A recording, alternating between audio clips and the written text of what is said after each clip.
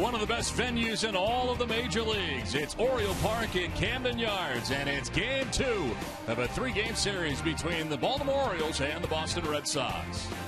Welcome inside the broadcast booth, everybody. I'm Don Orsillo, as always, joined by Jerry Remy. Welcome to Red Sox baseball. Tough loss here last night for the Red Sox in game 1 of the series. And early on, Jerry, the problem was the starting pitching for the Red Sox. That's not the case right now. Not right now. In the month of June, it's been outstanding. And, of course, a lot of that is because Eduardo Rodriguez has come up to the Red Sox. But their numbers all overall in the month of June have been fabulous. 8 starts, a record of 4-1, a 2.21 ERA, and opponents only hitting 201. That 2.41 team ERA in June, third best in the major league. So they're certainly doing their part. And you mentioned, Don, early in the season they were taking a lot of abuse for not pitching very well, but they are certainly pitching well now. Now it's time for the offense to step up and help out. Red Sox will try to do that tonight in game 2 of the series. They send Rick Porcello to the hill, trying to keep it going from a starting pitching standpoint. Wei-Yin Chen on the mound for the O's. He's 1-4. Porcello 4-5, both making their 12th start of the year. We're back with the first pitch from Camden Yards after this.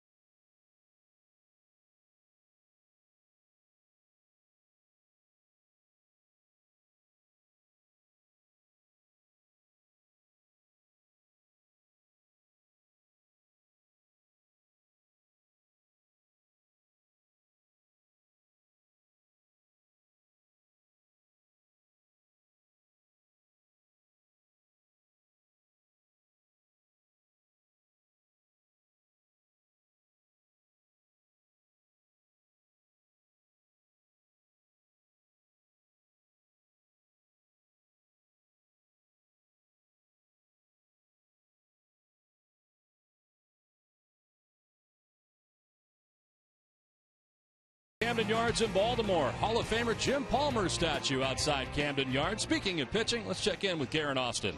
Hey, thanks, Don. Earlier today, I spoke with pitching coach Carl Willis, who said he's tried to get to know each pitcher on and off the field. Manager John Farrell really credited his approach with the recent consistency of the starting rotation. Carl has made an impact. Not going to deny that in any way. He's come in and identified. Not identified. He's come in and built a rapport with guys quickly. They being the pitchers, understand that he's genuine and he's there for them. And I think he's simplified a game plan for each guy to complement their strengths.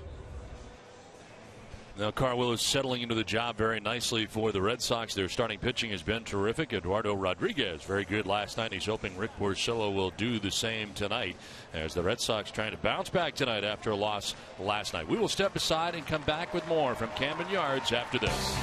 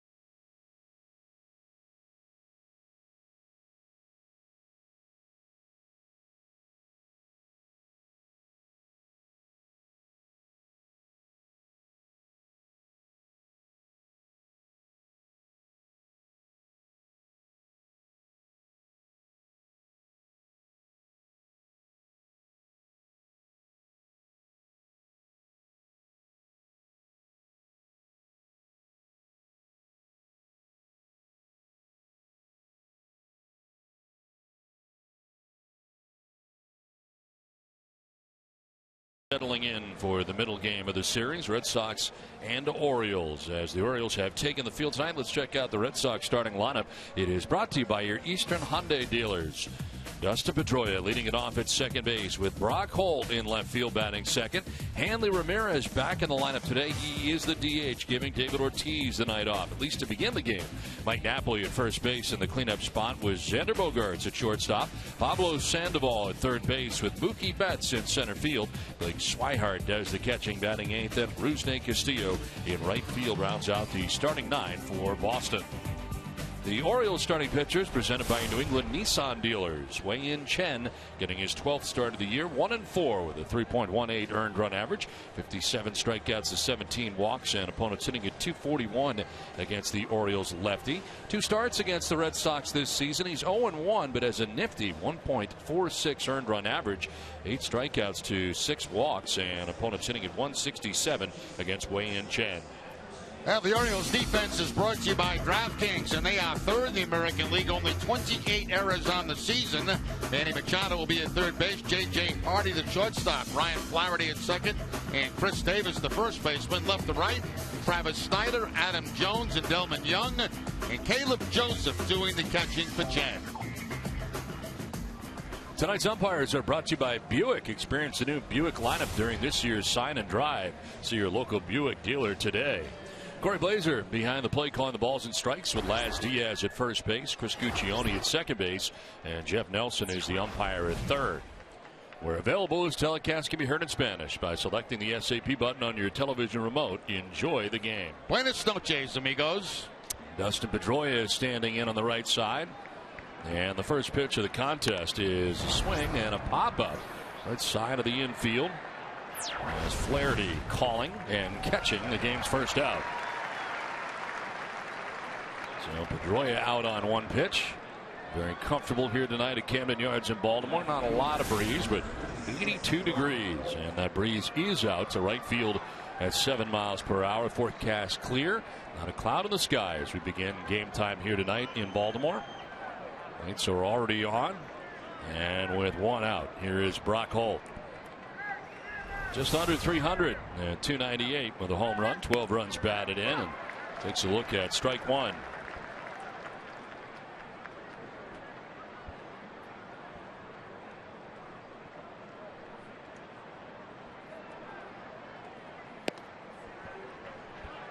And Chen getting his 12th start of the year.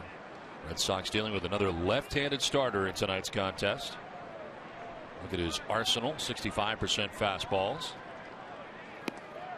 And chasing a breaking ball that time was Brock Holt, 1-2. That's so far everything away from Brock Holt. The fastball, then the breaking ball. Chen hasn't had a win since back on May the 9th. That was against the Yankees. Since that time, a lot of no decisions and losses.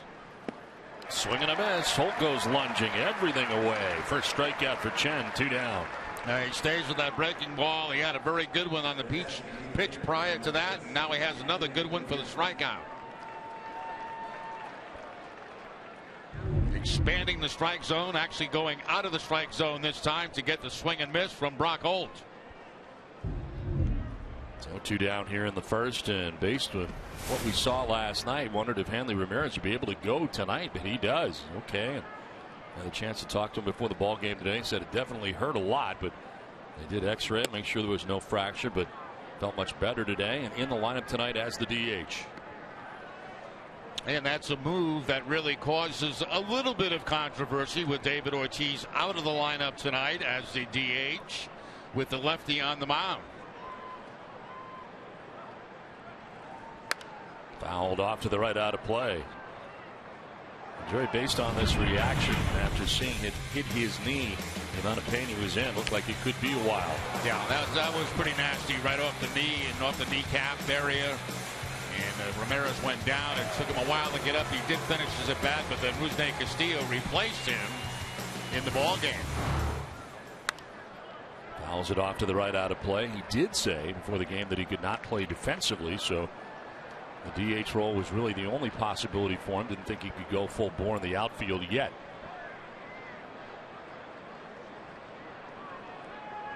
This is against lefties, his hit direction. A lot of pulling going on there.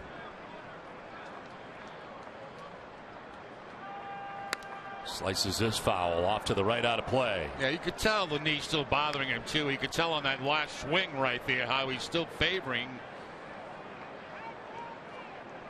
the left knee. You can see by when he puts the weight down on it how it kind of buckles a little bit on him on that foul ball.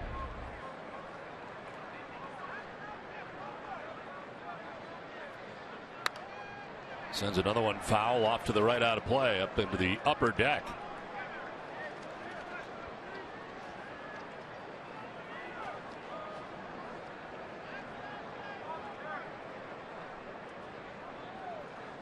Napoli waiting on deck, batting in the cleanup spot in the absence of David Ortiz.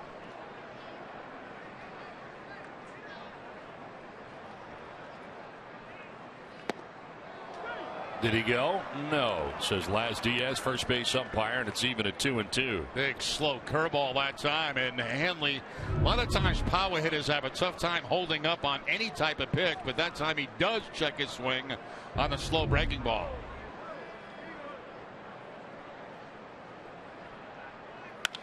Line into left center field, a base hit for Hanley Ramirez. Good at bat for Hanley. See, he's not running at 100% as he gets down to first base here with 2 outs in the inning, a base hit. Well, they wanted a fastball upstairs against Ramirez, and it didn't get upstairs. It stayed right in the middle of the strike zone, and Hanley puts a charge in it on the line. You can see the sign the catcher gave. He wanted a fastball, and then he gave the finger up that he wanted to go upstairs. Instead, it was right down the middle, and Ramirez hits it hard. So a 2-out base runner here for Mike Napoli. Hitting at .213, 9 homers and 24 runs batted in. Napoli 1 for 4 in the ball game last night. Earlier this year, last time the Red Sox were at Camden Yards in Baltimore. Home run for Mike Napoli off Wei-Yin Chen. Right down the line and off the foul pole in right field. One of the 9 home runs for Napoli. Foul tip evens a count of 1-1. And we just saw that home run last time here. He has 3 career home runs against Wei-Yin Chen.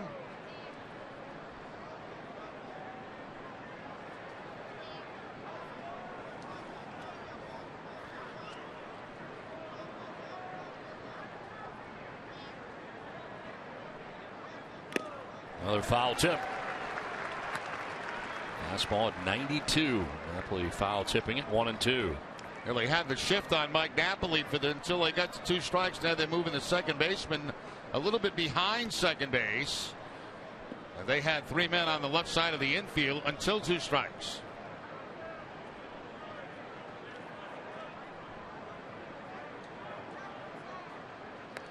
Check swing, and that grabs the bat. Fortunately, not the hand for Napoli, and it's fouled back to the screen. Fastball inside to Napoli, and Napoli just gets a piece of the bat on the baseball instead of his hand.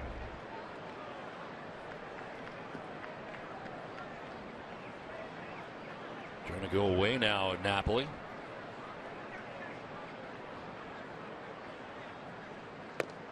Too far away. Well, Chen has not really enjoyed his time at home here at Camden Yards so far. He is winless, 0-3 on the year. 3.60 ERA over 6 starts at Camden Yards. Last year in 15 starts at Camden Yards, he was 8-2 with a 3.76 ERA.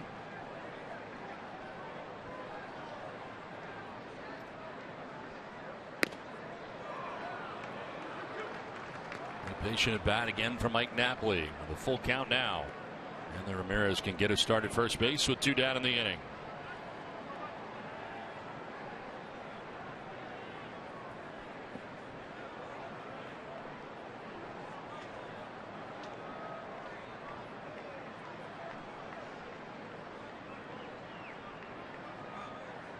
Swing and a miss. Strikes out Napoli. Fastball.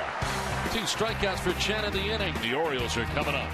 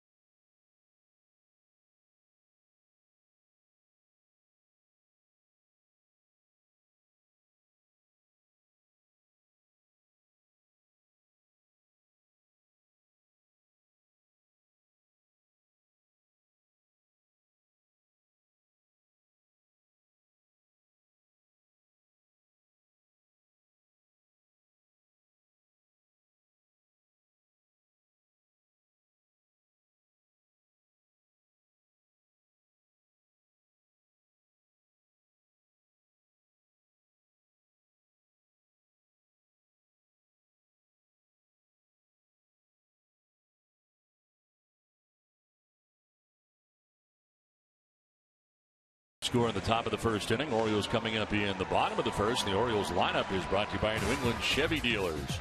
Manny Machado leading it off at third base with Jimmy Paredes batting second in 8 games against the Red Sox at .424. It is Adam Jones in center field with Chris Davis at first base. Delman Young back in right field. Former Toronto Blue Jay Travis Snyder in left. J.J. Hardy at shortstop with Ryan Flaherty at second base batting 8th. And Caleb Joseph getting the start doing the catching. Matt Wieters getting the night off. The Red Sox starting pitcher presented by your local New England Audi dealers. 12th start for Porcello. 4-5 with a 5.01 earned run average. Well, it's hitting at .261 against the Red Sox right-hander. Manny Machado leading it off and fouling the first pitch off at the dish.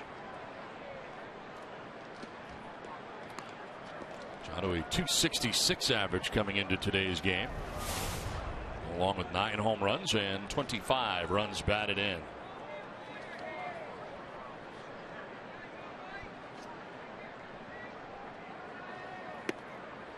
Strike called. 0-2. Last time we saw the Orioles, Machado was not hitting leadoff. He was down in the lineup, and Diaza, who is now at the Red Sox, was not doing the job up top, so they made the move to Machado. High ball foul down the right field line, out of play. It's now 35 games that Machado has led off for the Orioles.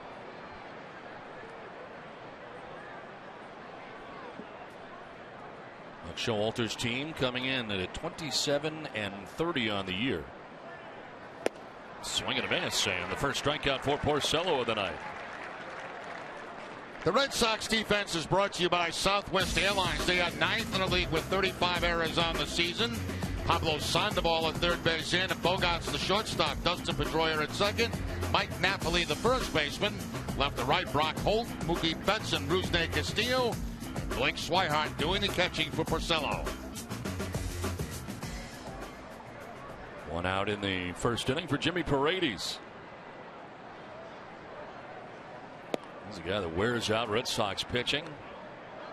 I think second in the order tonight for the Orioles. A DH, 301 overall, 6 homers, 26 runs batted in. This one foul down the left field line, out of play.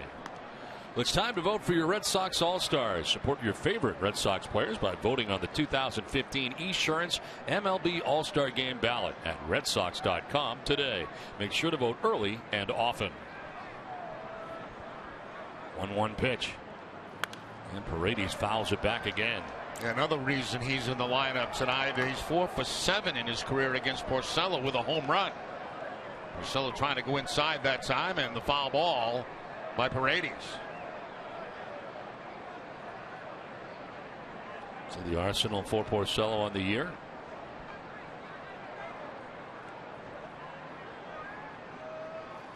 And a swing and a miss kept him off balance there. Second strikeout in a row for Porcello to start the night. Yeah, Porcello had 5 strikeouts in his last outing against Minnesota. He goes to the curveball. And a slow curveball that time to pick up the strikeout. So 2 strikeouts, 1 on a sinking fastball, 1 on a curveball.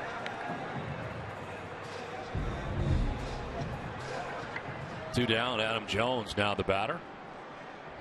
He's checking in up over 300 at 307. 9 homers and 30 runs batted in.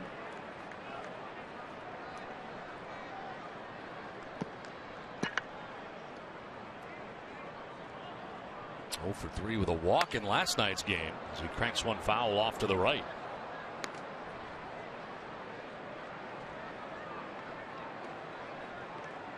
Ranks 8th in the American League in batting average starting the night, hitting at 307.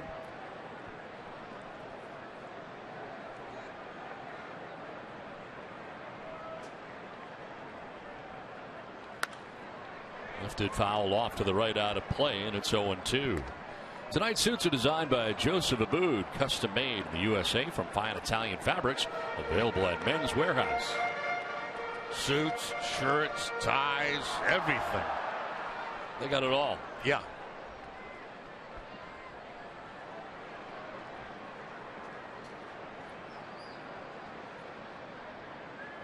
Jones strikes out. Impressive start for Porcello. Machado, Paredes, and Jones all down by way of the K.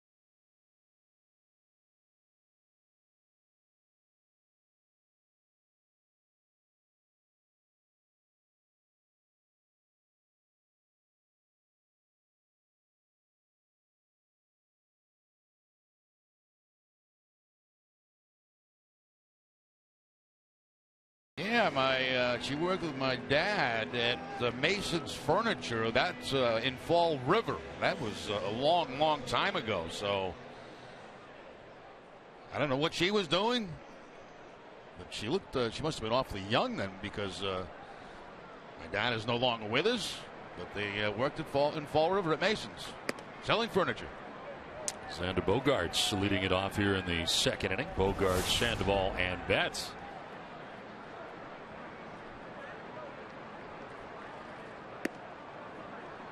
Wei-Yin Chen gave up a base hit to Hanley Ramirez with 2 outs in the first inning, but then he promptly struck out Mike Napoli to end the first. 2 strikeouts for Chen. 2-0 to Xander, is going to miss down low. 3-0. Bogaerts 1 for 3 here last night with a walk, riding a 5-game hitting streak coming into tonight's game.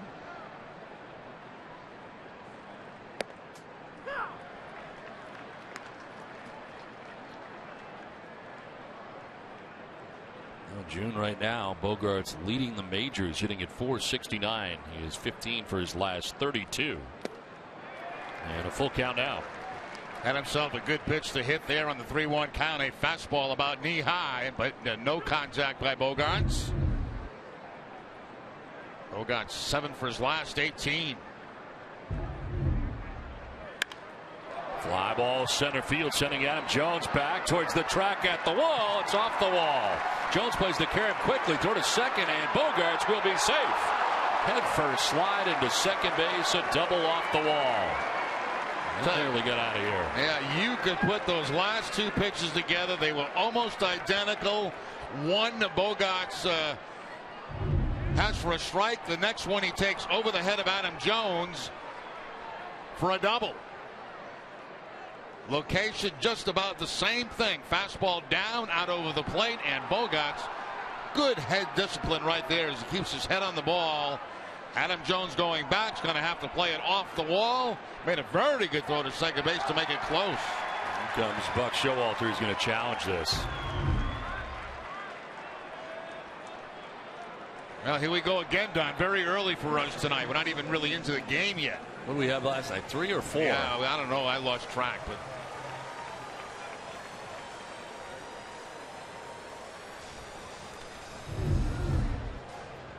Get a look here at second base again. Bogaerts knows this is going to be close once he sees the throw, and he's going to have to go in with that head first slide. Ooh, if he got him there, he's out. If he tagged him on the shoulder, he's out. And he is out. Yep. Xander Bogaerts thrown out 8-2. Is it 4 or 6? I think it was 4. Outfield assist for Adam Jones.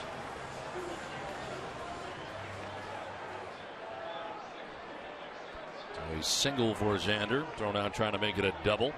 2 hits in the game for the Red Sox. Base is empty for Pablo Sandoval. And it's in there for strike 1.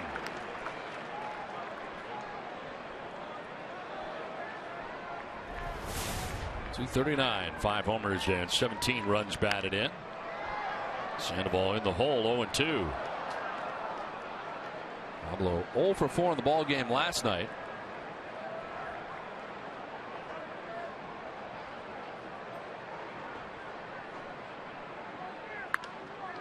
Foul down past the Red Sox dugout.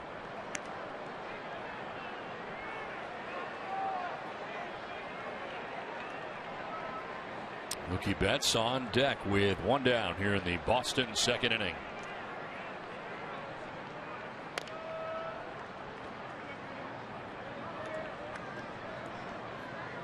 Well, the Red Sox starting the day 6.5 games back of the Yankees.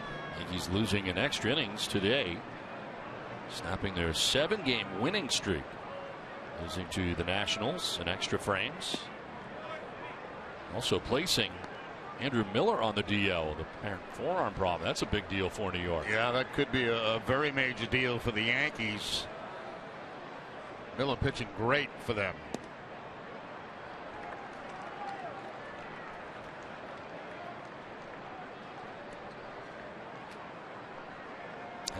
with 17 saves.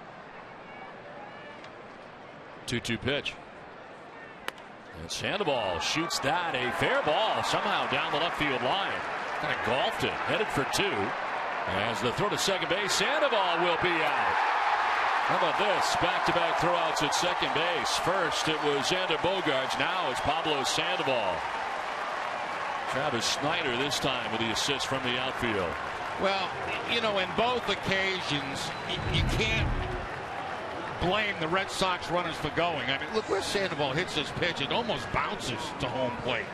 And he hits it down that left field line. Now, Travis Snyder has a long way to go for this. He spins and makes a perfect throw to second base, and they get Sandoval. So, I mean, I can't blame the Red Sox base runners for poor base running because they've both been thrown out. I credit the Baltimore outfielders for doing their job. This could be a much different inning, but instead there's nobody on and 2 down. Incredible. Mookie Betts at 237 with 5 homers, 25 runs batted in, and quickly down 0-2.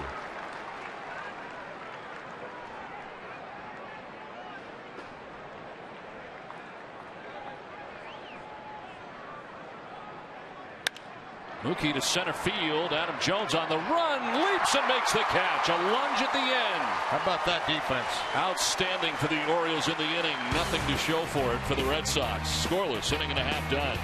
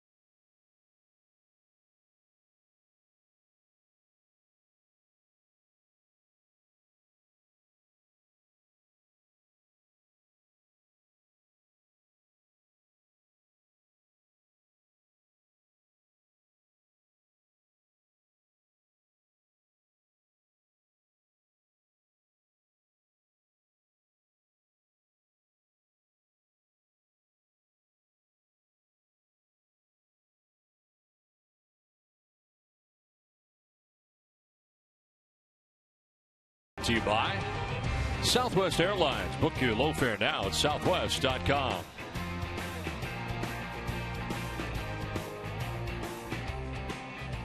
Back at Camden Yards, Baltimore. Scoreless as we head to the bottom of the second inning. And Rick Porcello back on the mound. Chris Davis leading it off here for the O's. Well, Adam Jones taking extra bases away from Mookie Betts while he's blowing bubbles as he chases that one and catches it. So how about the outfield play for the Orioles in the second inning? Jones, a 4-time Gold Glove Award winner, including the last 3 years in center field. There's a bunt bid with a shift on, and it's going to work out for Chris Davis. Both Swihart and Porcello jabbing at that ball, trying to get it, and neither can. Davis got himself a bunt single to begin the bottom of the second inning. And I don't understand. Now, I know that Davis is a home run hitter, but I don't understand why more guys don't do that. It's a gimme base hit. And plus he gets a breaking ball he can wait on right there, just drop it down the third base line, confusion between the pitcher and catcher on who's going to make this play. and nobody can make it. See the shift on right there? Nobody at third base. You don't even have to make a good bunt. First base runner of the game here for the O's, and here's Delman Young. Only a 286 to start tonight. 2 homers and 14 runs batted in.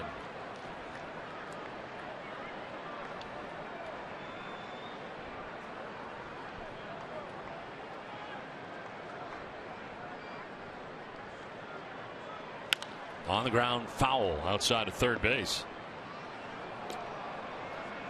You know, back in the first inning, Porcello had a couple of 3 strikeouts actually, but the 2 that interest me is the first one and the third one, because you're going to see a very good sinking fastball. This is the second one on curveball.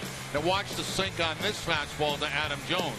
And I think that Carl Willis has talked to Porcello over the last couple of weeks about throwing more sinkers, and those 2 were very good sinkers.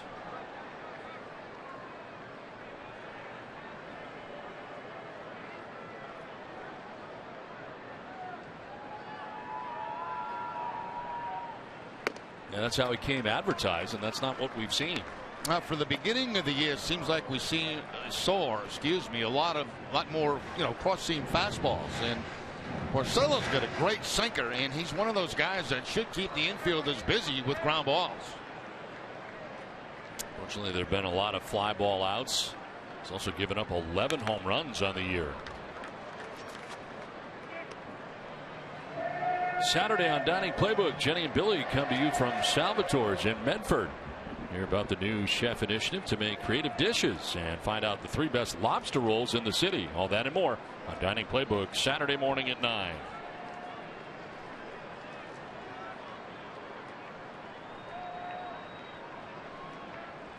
Delman Young fouling it back to the screen, and it evens here at 2-2 to Delman. There's another good, very, very good sinking fastball from Porcello. Down and in, the inside corner, and if you make contact with this, you're pretty much going to hit it on the ground.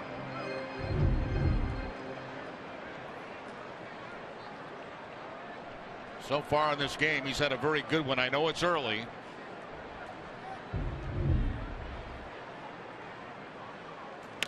On the ground towards third base, Sandoval goes to second for 1, on to first, not in time. Going in hard there at second base was Chris Davis on Pedroia. And Delman Young will reach at first with 1 out. And the ball not hit hard enough right there to get a double play. There's Sandoval with the throw, and right on top of him is Davis, so he has to back off toward the center field part of the bag, and that costs you a little time as a second baseman. You like to either come across the bag or get it in front of the bag, but a lot of times on a throw from third base, you've got to straddle the bag and anticipate a bad throw. And that's what happened that time. It was behind the bag. Pedroia had to go in that direction. It cost you a step and a half at first.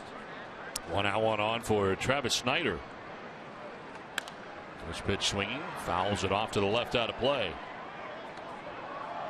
And Snyder breaking into the big leagues with the Toronto Blue Jays back in 2008, with the Jays through 2012. And 3 seasons spent with the Pittsburgh Pirates. First year here with the O's.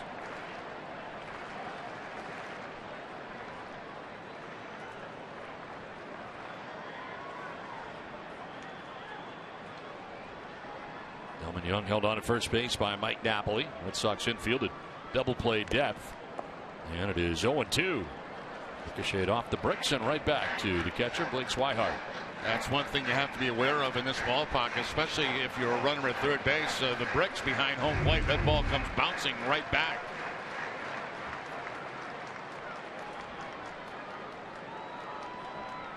That's not right into the throwing hand of Blake Swihart.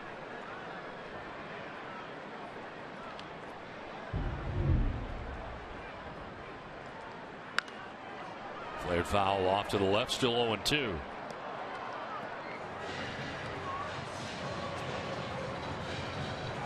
Productive year last year for Snyder, and what worked out to be his final year in Pittsburgh. And 13 home runs. Played 140 games last year for the Pirates.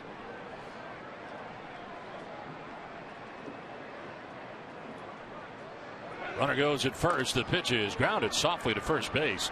Napoli will take it himself to the bag for the out as Young takes second base and is now in scoring position. But now there are 2 down in the inning.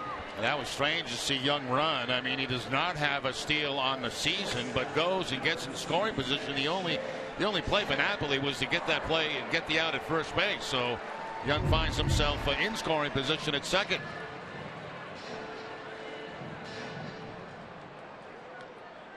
Few more breaking balls so far for Rick Porcello. Yeah, he's shown a good sinking fastball, and he's shown a very good curveball so far in this game.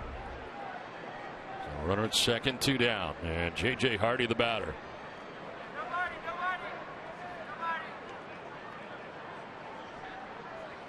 Hardy goes up and gets this and sends it towards the gap in left center field. Delman Young around from second. The throw to second base is going to be not in time. Run scores and the Orioles take a 1-0 lead. A 2-out RBI double for J.J. Hardy. You know, Don, we talked about the sinking fastball, the fastball that gets you ground ball out. So if you notice location of this pitch, it's going to be a fastball, but it's going to be up in the zone. And J.J. Hardy jumps all over for that line drive. So by sending the runner, they get a man in scoring position. And on a high fastball, they get that run home to take the 1-0 lead.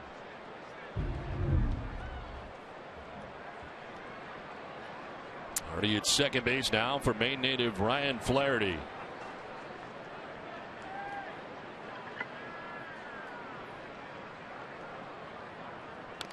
Flaherty jumping on the first pitch. They've been pretty aggressive here against Porcello. Flaherty at 243. 2 home runs, 8 runs batted in.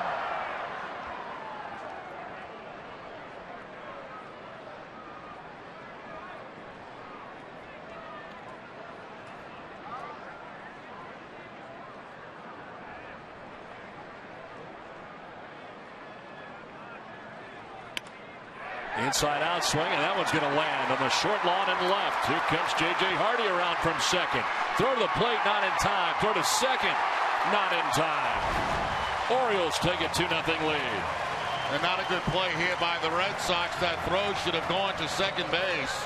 Instead, they try to throw the man out at home plate without a cutoff man there, and that's going to allow a run. Another runner to get into scoring position. This is just a little jam inside out swing right here, but there was very little chance for Brock Holt to get the man at home plate. He overthrows Pablo Sandoval, who was not in a real good cutoff position, and that allows the runner Flaherty to get into scoring position.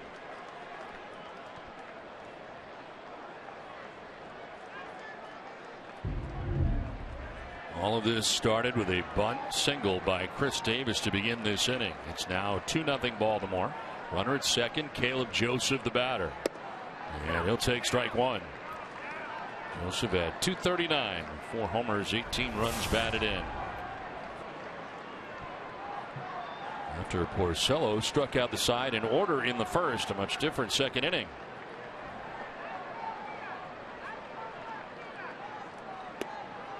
Breaking ball in there for strike 2.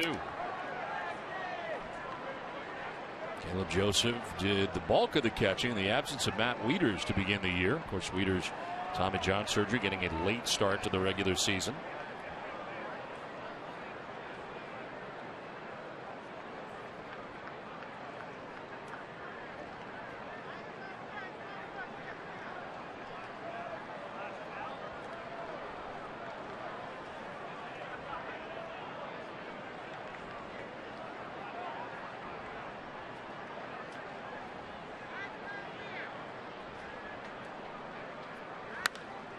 Popped up foul and out of play off to the right.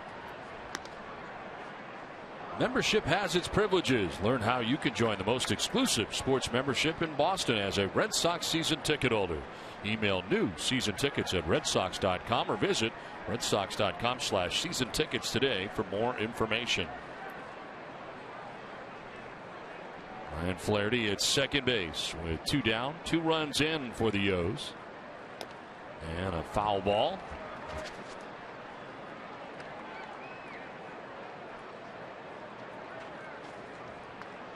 Nine home runs last year for Caleb Joseph in his first year with the O's.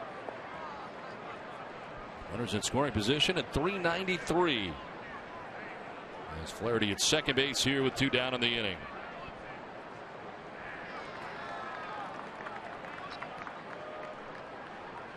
Swing and a miss, and Porcello strikes out Joseph, but the Orioles get 2, take a 2-0 lead through 2.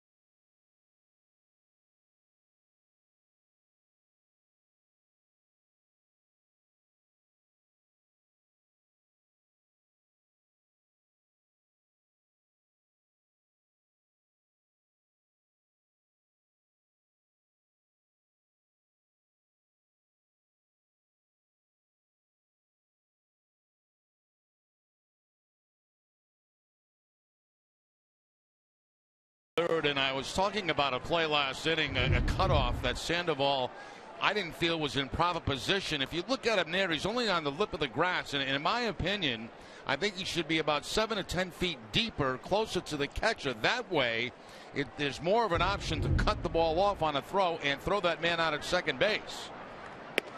I mean, from as close as Brock Holt was playing, it's easy to overthrow a guy that's playing as shallow as close to third base as that. Swihart leading it off here in the 3rd inning and spraying one foul off to the right, quickly down 0-2. Wei Chen now the 2-0 advantage. RBIs for J.J. Hardy and Ryan Flaherty in the 2nd inning.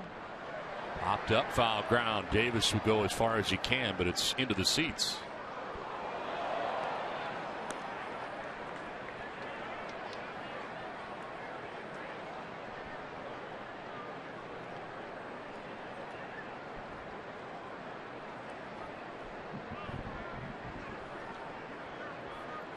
Swihart, Castillo, and Pedroia scheduled to bat here in the inning.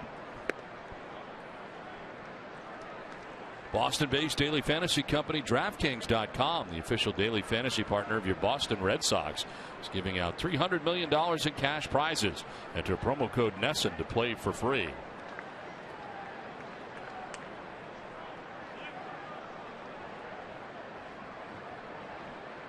Rizne Castillo on deck. Red Sox trailing by 2.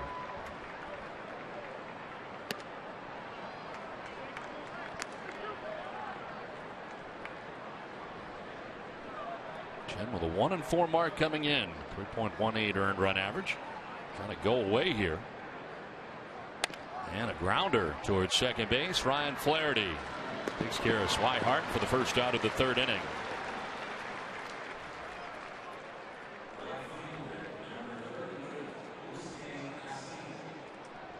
So 1 out in the inning. Ace Ticket, the official Red Sox ticket partner, has the best seats at the lowest prices to all the games at Fenway, all with a 200% guarantee. Right now, Ace Ticket has special savings on all Red Sox games, including the Yankees. Visit Ace Ticket or call 1-800-MY-SEATS. One down for Rusney Castillo, who takes strike one. That's a start in right field tonight.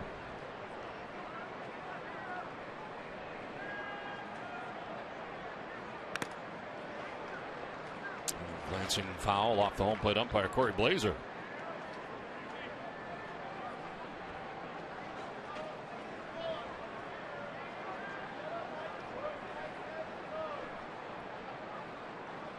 Rusney 0 for 2 in the ball game last night after he pinch ran for Hanley Ramirez, who came out of the game and then stayed in the game. The first time he's ever faced Chen, both Swihart and Castillo, the only two guys in this lineup that have not faced Chen. Of course, Swihart just did. There's the foul ball right there by Castillo on a 2-strike pitch.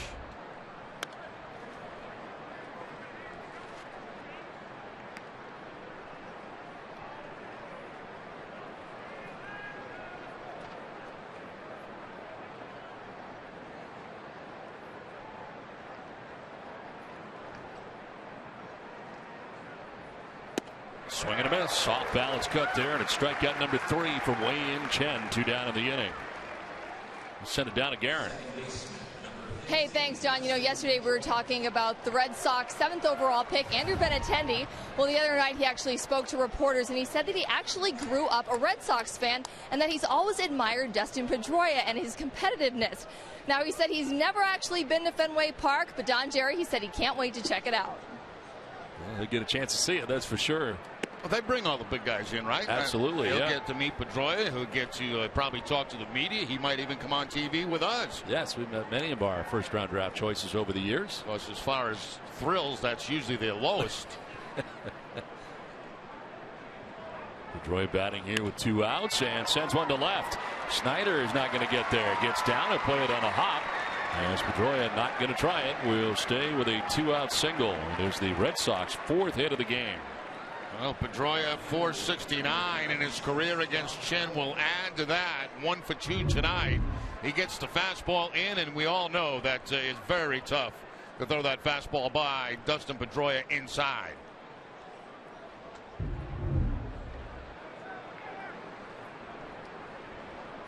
There is Brock Holt with 2 away in the inning. Brock a strikeout victim in the first inning.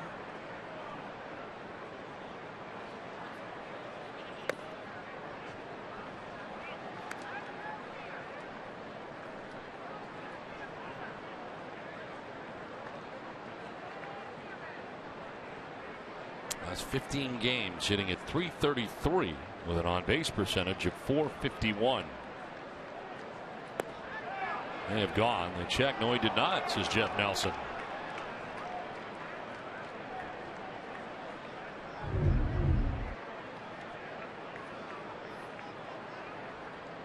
Well, from that angle, it looked like he did not go, but a little different when you're looking at it from down the third baseline.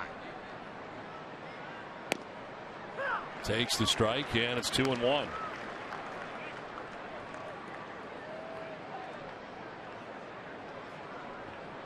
for 3 in the ball game last night. Had a double and a walk. Coming in with a 4-game hitting streak into tonight's game.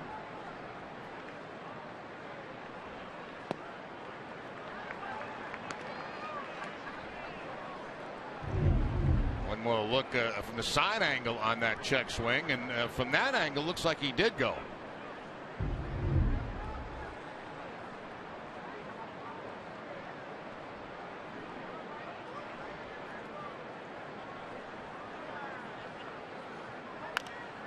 Fouled off to the left, and it's a full count now.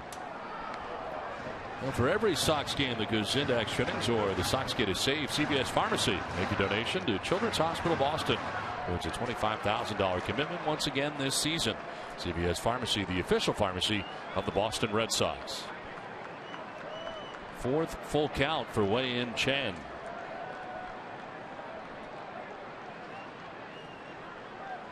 Holt to left field, and that ball's going to get in. Headed towards the corner as Pedroia heads for third. They're going to try and score him. Snyder's throw to the cutoff man. Hardy's throw is late, and the Red Sox get on the board. All the way around from first base is Dustin Pedroia. And it's now 2-1 as the Red Sox cut the Orioles lead in half.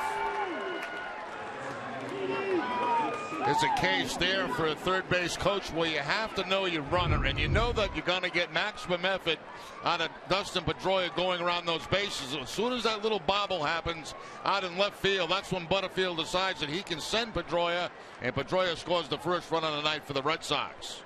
Good job by Brock Holt, battling the left-hander, going to the opposite field. You'll see the little bobble out here, and there you see Butterfield waving him on. Good relay by J.J. Hardy, but not in time.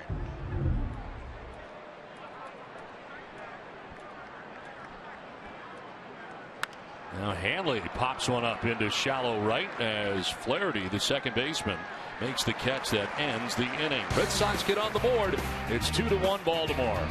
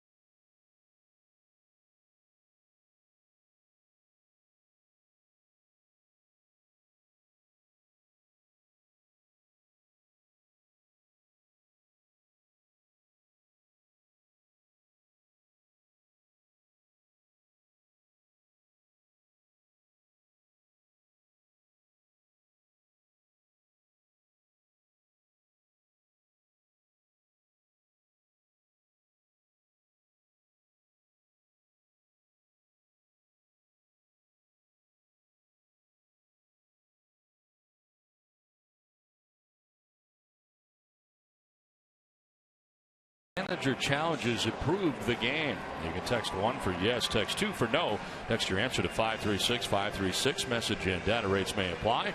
One message per vote. Visit NESN.com/terms for terms and conditions, as well as privacy policy.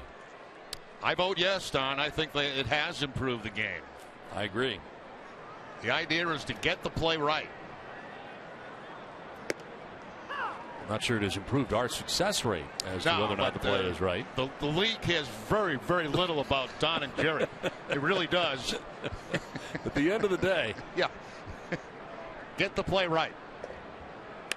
Manny Machado laces this to left, and it's going to get down and go to the wall. Brock Holt plays it off the wall, but his second base standing with a leadoff double is Manny Machado. And Machado got a high changeup that time, and he jumps all over it for the leadoff double here in the third inning. There's the change by Porcello. You see it stays up in the zone about thigh high and inside. That's a very hittable pitch right there.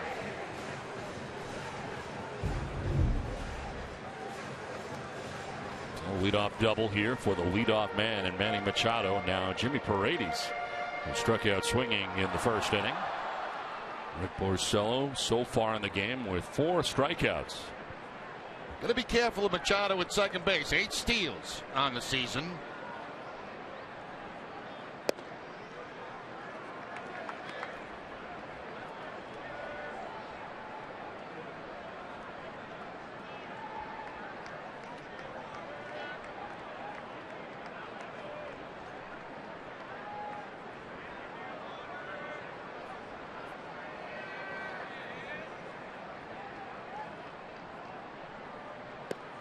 Swing and a miss, a little dancing out there at second base by Machado on that last pitch. That's a much better changeup that time. That's what Porcello has in mind when he wants to throw the changeup, keeping it down and away.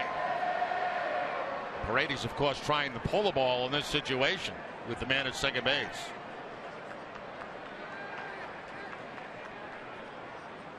And he does on the ground right side to Pedroia.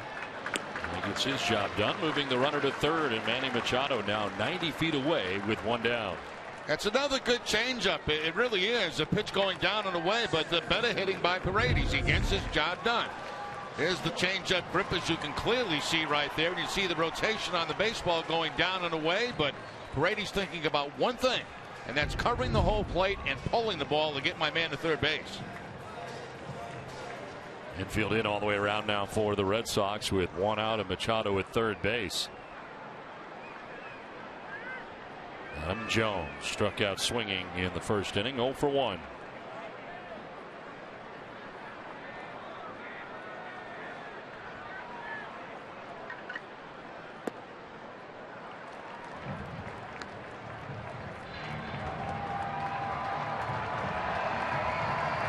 Toughest part of the order here for the Orioles. You got Machado kind of setting the table now at third base with one down.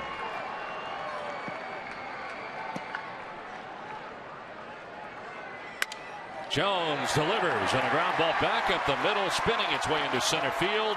Machado scores, and the Orioles have their 2-run lead back on top 3-1. That's a case there where Jones actually gets jammed. He gets jammed on a two-seam fastball, but because the infield's in, once it gets by Porcello, it's going to bring a run home. There's the ball running back in. You can see it's right at the label of the bat, and it sounded funny coming off the bat, but with the infield in, you just got to get it past the pitcher, and you got yourself a base hit.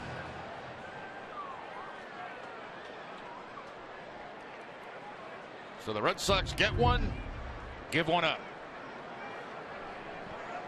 Here is Chris Davis, able to reach on a bunt single with the shift on in the second inning.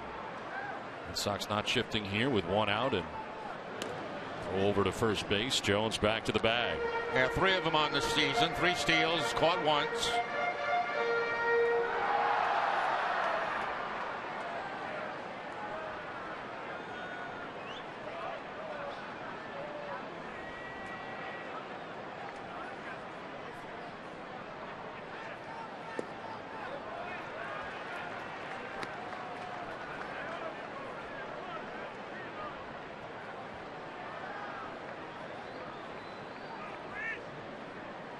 Chris Davis with 53 home runs in 2013 for the Orioles. Last year with a total of 26 home runs. So far this year with 12.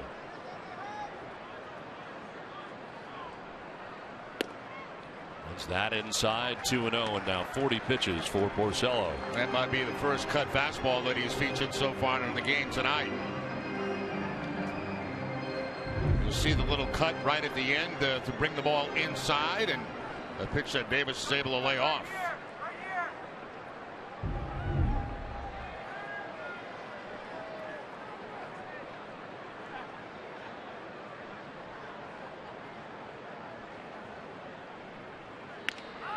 In the air to center field. Betts had started back, but there's plenty of time to recover and come in for out number 2 of the inning.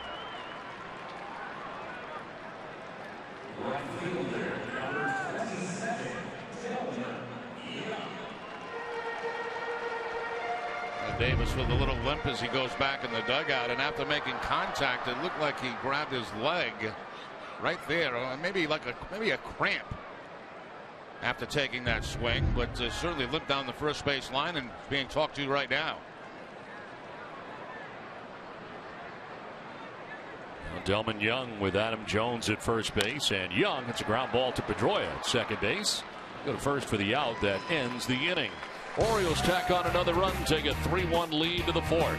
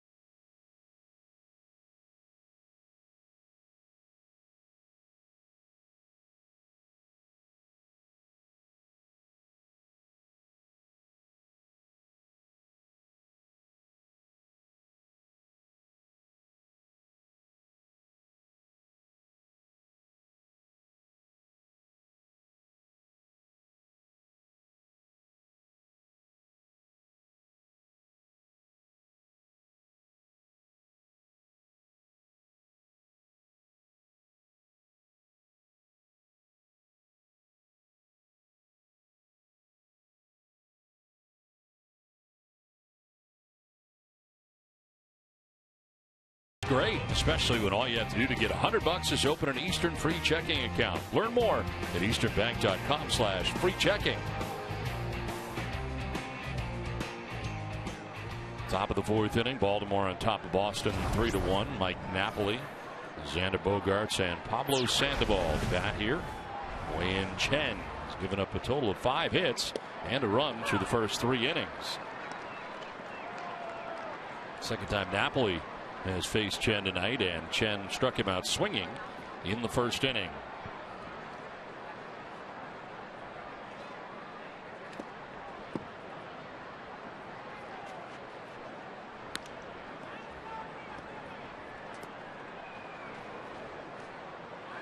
Napoli in the last 21 games hitting at .296, a .390 on base percentage. Seen a lot of that lately. Pitchers away.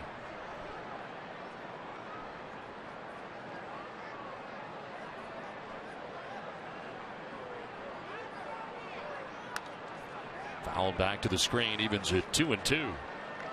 Have a son or daughter who wants to learn more about baseball or the Red Sox? Visit NESSONClubhouse.com. Has videos, games, and a whole lot more. It's fun, free, and easy to use. Visit NESSONClubhouse.com today.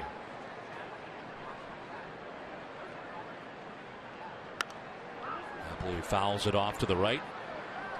Next up here at 2-2. By design, Don. They wanted to go upstairs against Napoli. They did, and he's able to foul it off right at the top of the strike zone.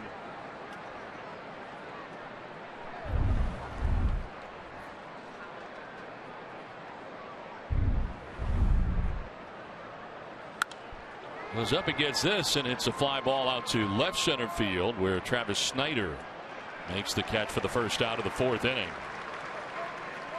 Really is pretty simple to see how the Orioles and a lot of teams attack Mike Napoli, and that's with fastballs high in the zone or fastballs away.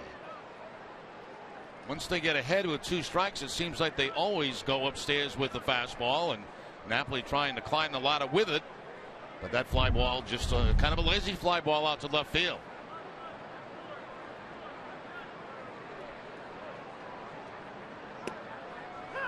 Xander Bogaerts, the recipient of strike 1. He singled in the second inning. And thrown out trying to make it a double. And a wild swing and a miss there.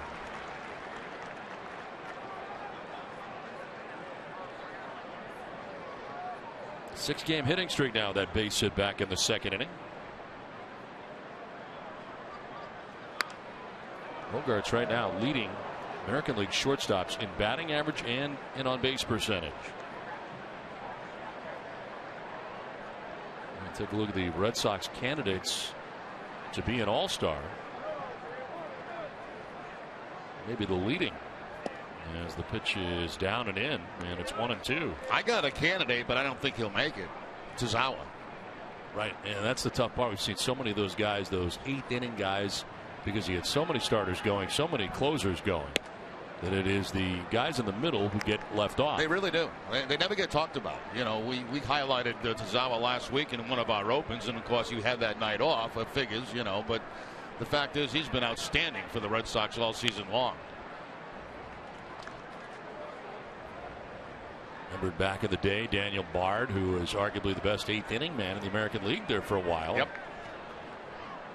Found himself in that same situation years ago. Mike Timlin in that same type situation for the Red Sox.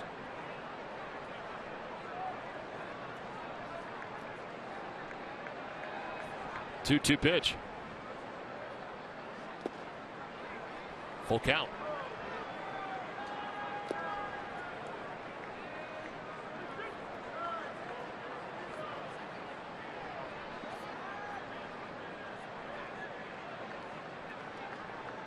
'70th pitch of the night for Chen, and he's able to strike out Bogaerts.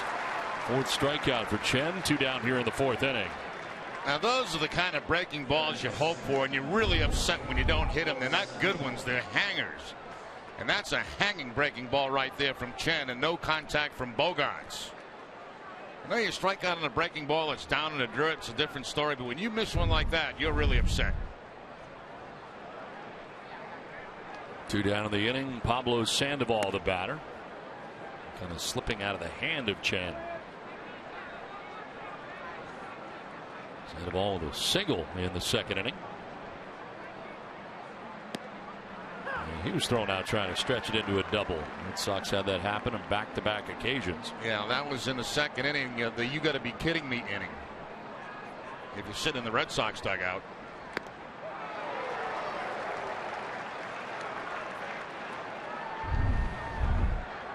Bogart's coming back out of the tunnel after missing that high breaking ball. Those are ones that go a long way when you make contact.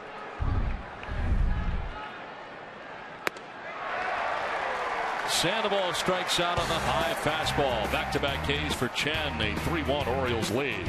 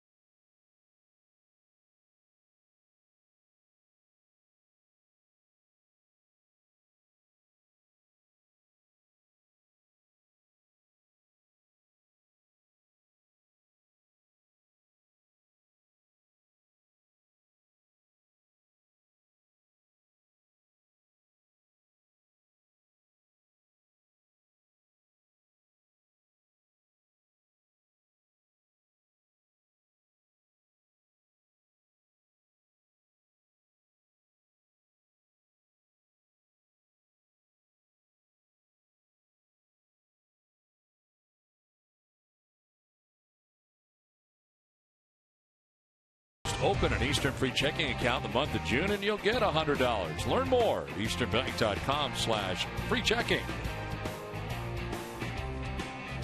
The Inner Harbor in Baltimore, Maryland, where we head into the bottom of the fourth inning. Camden Yards.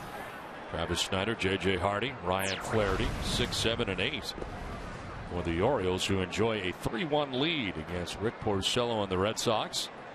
Snyder grounded out to first base in the second inning. It's his second look at Porcello.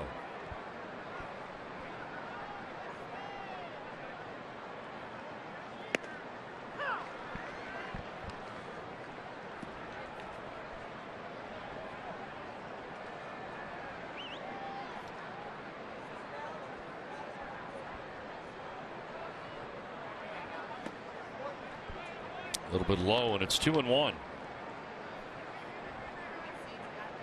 Orioles getting 2 runs in the second, a run in the third.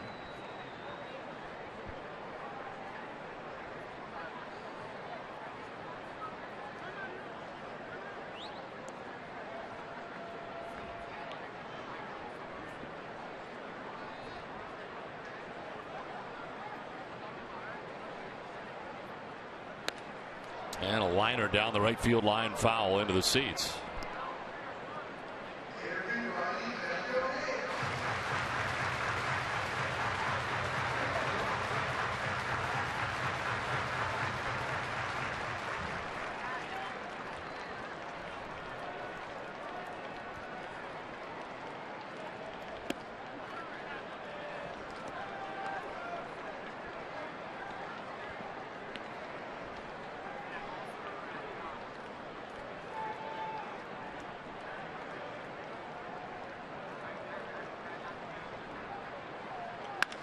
And a liner to center, and Betts is there to make the catch, below the cap high. I'll drive right at him as it turned out for the first out here at the bottom of the 4th inning.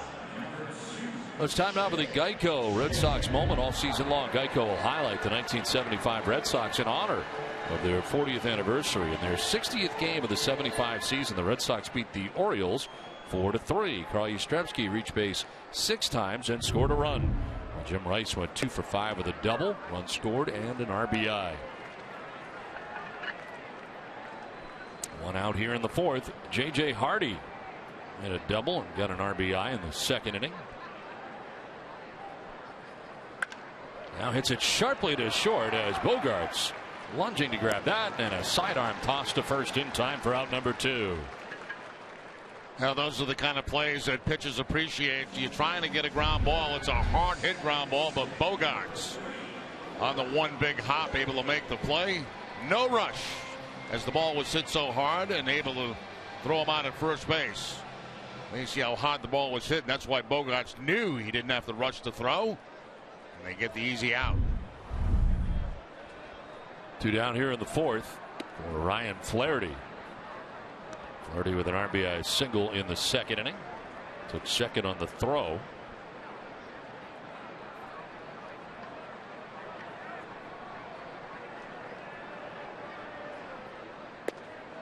Curveball in there for a strike.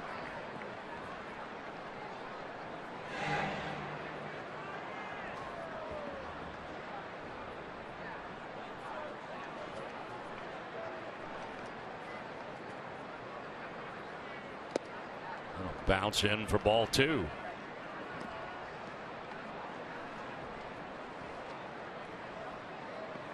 Orioles still waiting for Jonathan Scope to come back. They have not yet had their entire team on the field yet in a game. He's got Matt Wieters back. On the ground by the mound and by the dive of Pedroia into right center field. Ryan Flaherty 2 for 2 in the ball game. And it's amazing how some guys that we talk about it all the time just have good success against certain pitches. Flaherty coming into the game tonight, 429 with a home run against Porcello. He's 2 for 2 tonight with an RBI. Tries to change up, pulls it to the right of Pedroia. Pedroia goes into the dive, can't make the play, and another base hit for Flaherty. 2 down, runner at first for Caleb Joseph, who struck out swinging in the 2nd inning.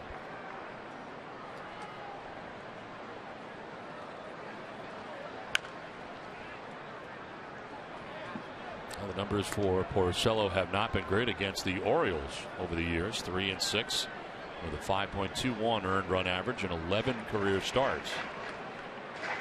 And in 2 starts this year, 0-1 with a 9.82 earned run average. An 11 innings pitched against Baltimore this year, 12 earned runs coming into this outing tonight. And so far charged with 3 in 3 2/3.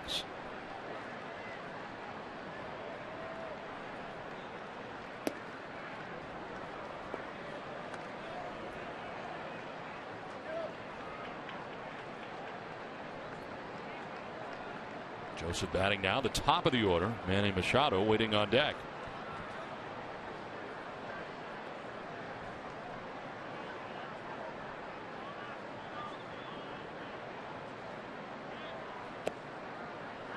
Bouncing in for ball 2.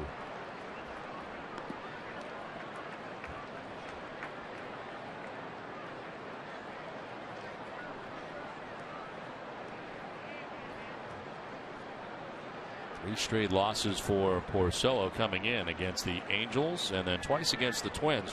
One at Minnesota and one at home against Minnesota. His last one was at Seattle back on May 16th. Strike evens the count at 2-2. Yeah, that last outing against the Twins at Fenway was a very, very good outing. 8 innings in that game, giving up 2 earned runs. They retired 19 of the last 20 batters that he faced.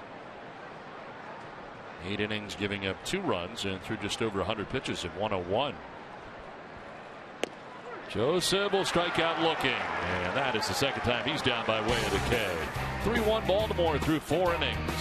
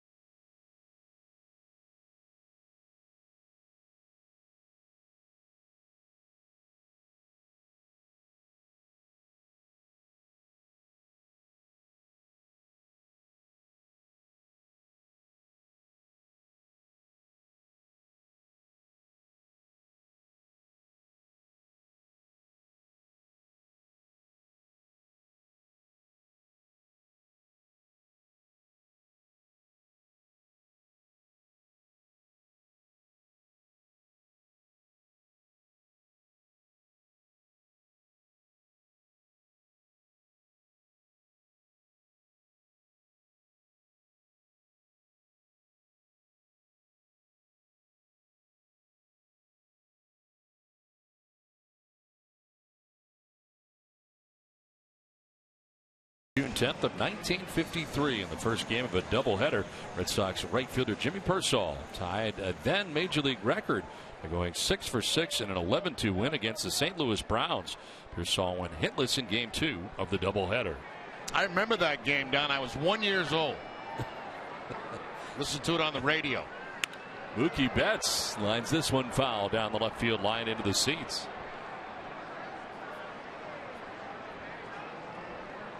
That 6 for 6 was against 5 different pitchers. Pretty good. Do you remember that part of it? No, I didn't. No. I didn't know they had a doubleheader that day either. I just heard the first game. Well, he didn't get anything in the second game, so he didn't miss anything. I didn't miss anything. I feel better about myself now. Up top for ball 2, 2-1. Betts getting his second look tonight at Wei-Yin Chen. Lined out to the center fielder Adam Jones in the second inning, his counterpart. Betts hits a high fly ball, but out ahead of it, sending it foul down the left field line. Red Sox suites and premium packages provide a VIP experience for you and your guests. Call 877 Red Sox 9 or email premiumsales@redsox.com for more information. Hey Don, you're good with phones. Every once in a while I push some button and I get on there. Can I help you? Is that Siri trying to help you? Probably, yes. Probably trying to help you, assist you. A Siri? Are you holding down the button at the bottom? That's probably it. Yeah. Yeah. This is a foul ball just outside of third. Yeah. What can I help you with? Yes. So this is Siri, right? That's Siri asking what she can do for you. Yeah. You know what you can do? Get the Red Sox some runs, Siri. How's that? Yeah, an answer yet? Yeah. What can I help you with? This is Siri, right? That's what I figured she said. This is in the air to right center field. On the move is Jones. He'll lay it out, and Adam Jones with another spectacular catch. He truly has been amazing. Now you got to be kidding me, man. I mean, that is highlight film stuff. That ball is slicing away from Adam Jones, and he is able to make a fabulous catch on Mookie Betts. Again, blowing the bubble, no problem. Reach out, keep it in the glove as you hit the grass. What a play. This Oriole outfield tonight is absolutely killing the Red Sox. Swihart takes ball 1. Wei-Yin Chen certainly appreciative of another great catch by Adam Jones.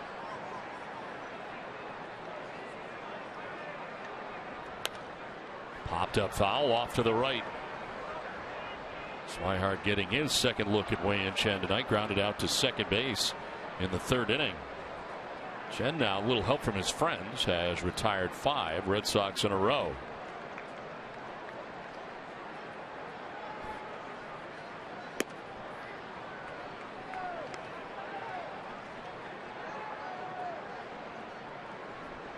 Wei-Yin Chen from Taiwan.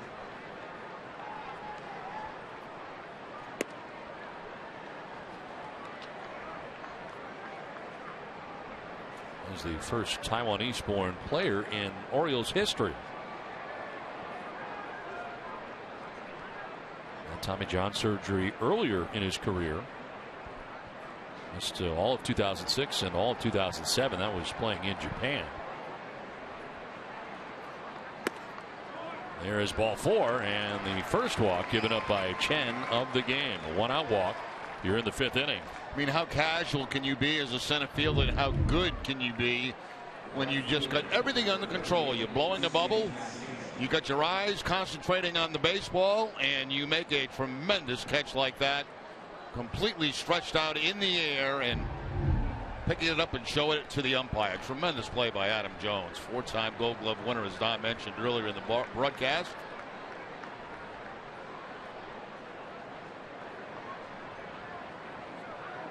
Rusney Castillo grounds one to deep third base. Machado goes to second for 1, on to first, and they do it around the horn. Didn't look they're going to be able to. It's a deep third base, but they get it done. We are halfway through. The Orioles on top 3-1.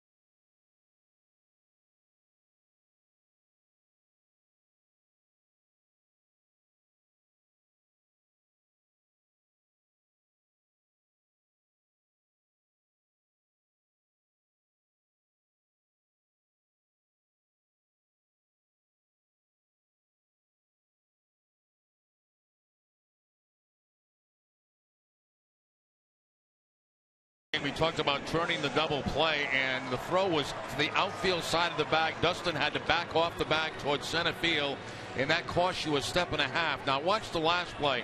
The throw from Machado is going to be inside the bag. That allows the second baseman to come across the bag right there and complete the double play. That's the difference at first base, really. If you have to back off, it's about a step and a half. If you can come across, you're going to get it probably. Well, Orioles able to turn it there as we head now to the bottom of the fifth, and Machado sends this quickly by Sandoval at third base down the left field line, and Machado headed for second. The throw is going to be in time. He is out at second base.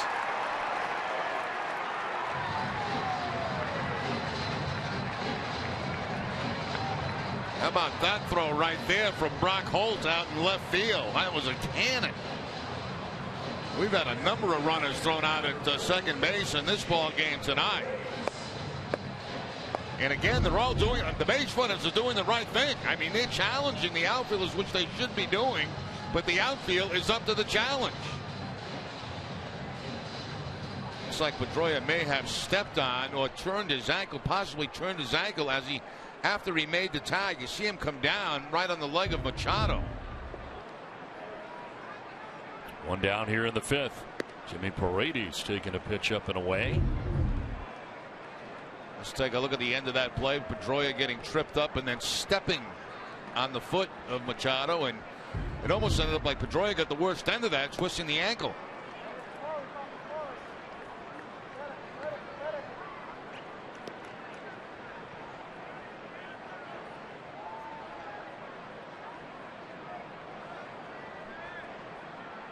Paredes has struck out swinging and grounded out to second base. Oh, swing and a miss. Fastball by him that time. 1-2.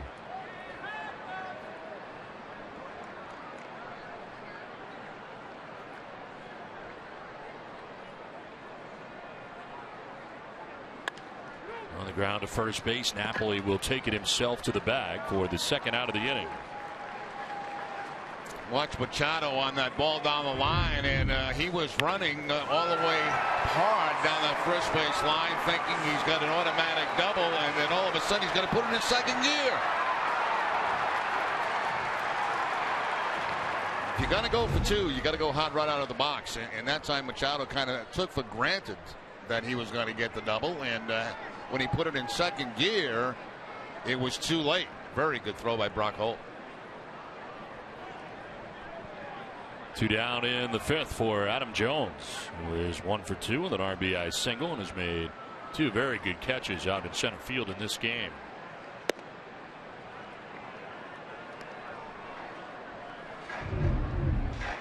Machado again not looking. He knows the ball's down the left field line. Then when he does take a peek, then he realizes, oh, I got to pick it up a little bit. Ground ball to shortstop. Bogarts are playing on a couple of hops. High throw. Napoli comes down on the bag for the out.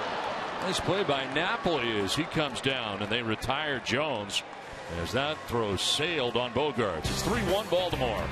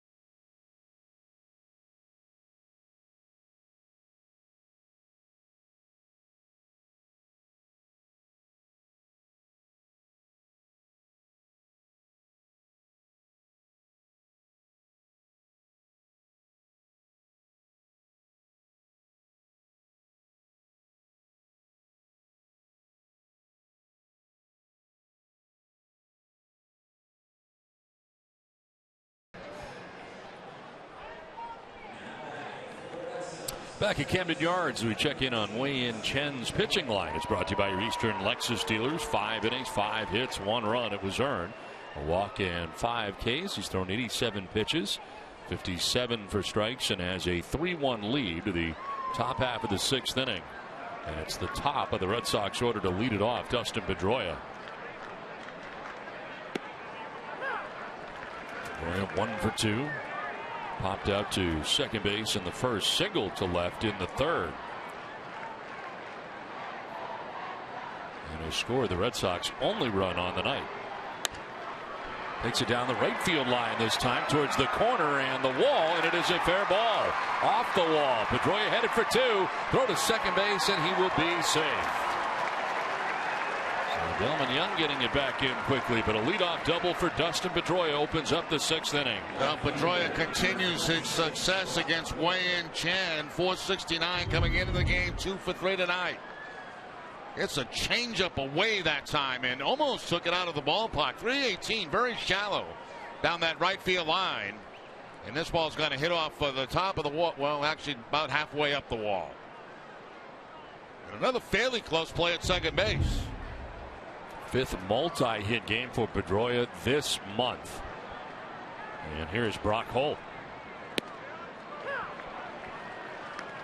Holt struck out swinging in the first inning, doubled in the third. On the double, picked up his 13th RBI of the year.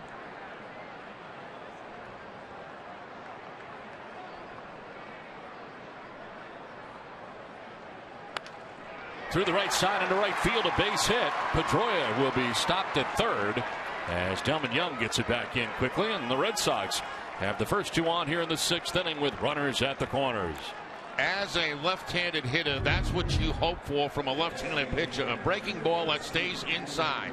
They want it away, but it stays inside, and it's a ball that you can handle because there's a natural give, lefty against lefty. That front shoulder leaves a little bit too soon, and that breaking ball inside then becomes a very good pitch to hit. So first and third, nobody out, and Hanley Ramirez coming up.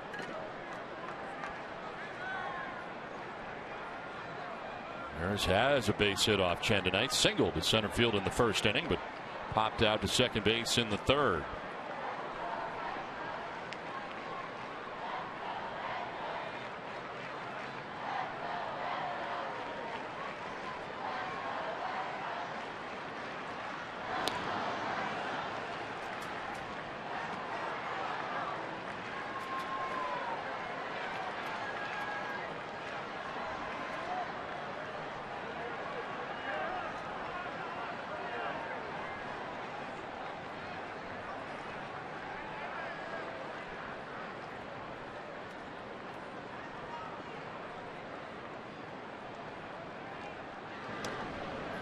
Check on Brock Holt, back to the bag.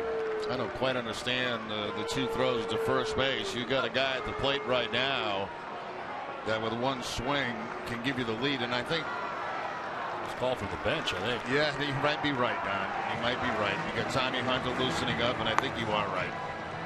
As Buck Showalter out there very quickly, Hunter has been warming, and Showalter is going to make the change. They were buying time. And that is the night for Wei-Yin Chen. Gives up a double and a single in the 6th, and that's the night. Orioles have a 3-1 lead. The pitching change from Camden Yards in Baltimore.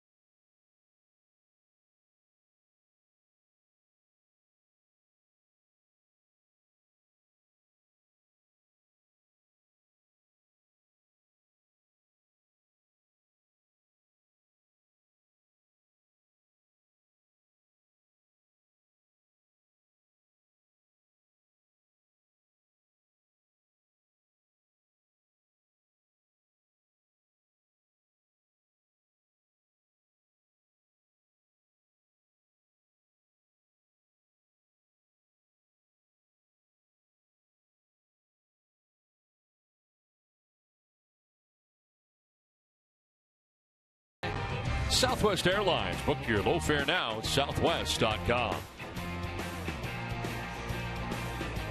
And Chen's day is over. 91 pitches thrown by the Orioles starter. And after giving it back-to-back base hits to begin the 6th inning, is now a spectator from the dugout for the Orioles. This call to the bullpen is brought to you by Kia, as Tommy Hunter into the game for Baltimore in the 6th inning. With nobody out, comes in a tough situation, 1st and 3rd. 24th appearance, 2-1 with a 4.07 ERA, 18 strikeouts, only 3 walks, and opponents hitting at .269 against Hunter. Hanley Ramirez, the batter here for Boston. Fly ball down the right field line that'll make its way foul.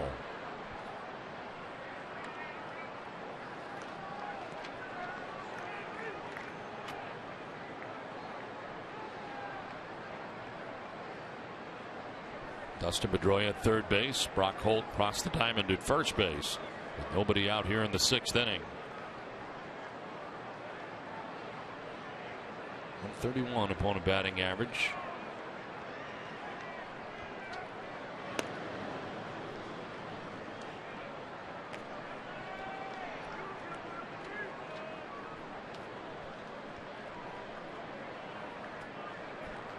And Ramirez 1 for 2 in the game tonight. A single back in the 1st inning.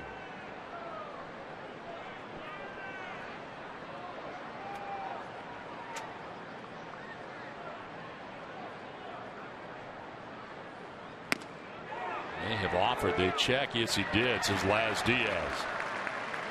Punched at it. Yeah, pitch was supposed to be away too, but instead it runs back inside, and Ramirez cannot check the swing. Very quickly behind. No balls and 2 strikes.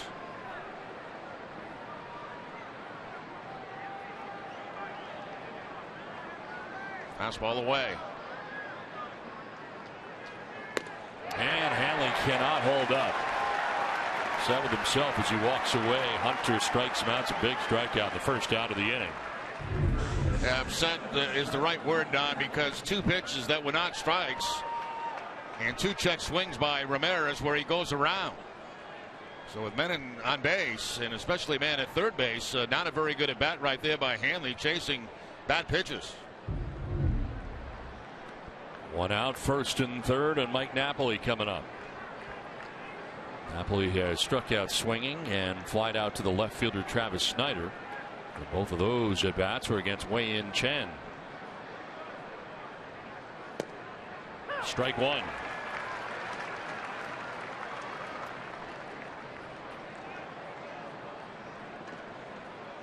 It's Hunter. Napoli is 4 for 15 at .267.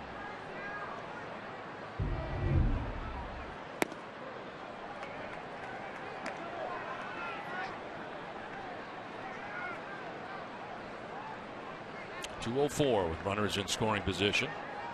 He's have 13 RBIs.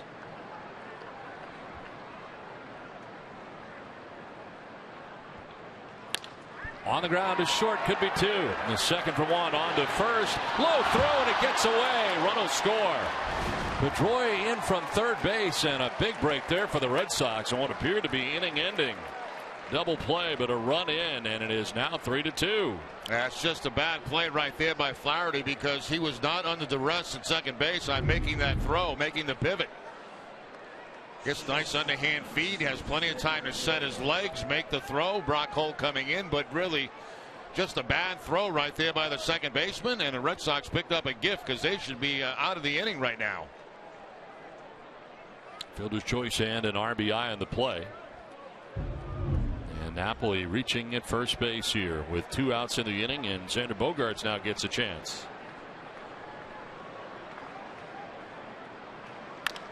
Now ball to short. J.J. Hardy will flip underhanded for the out that ends the inning. But the Red Sox do get a run, get within a run. It's 3-2 Baltimore.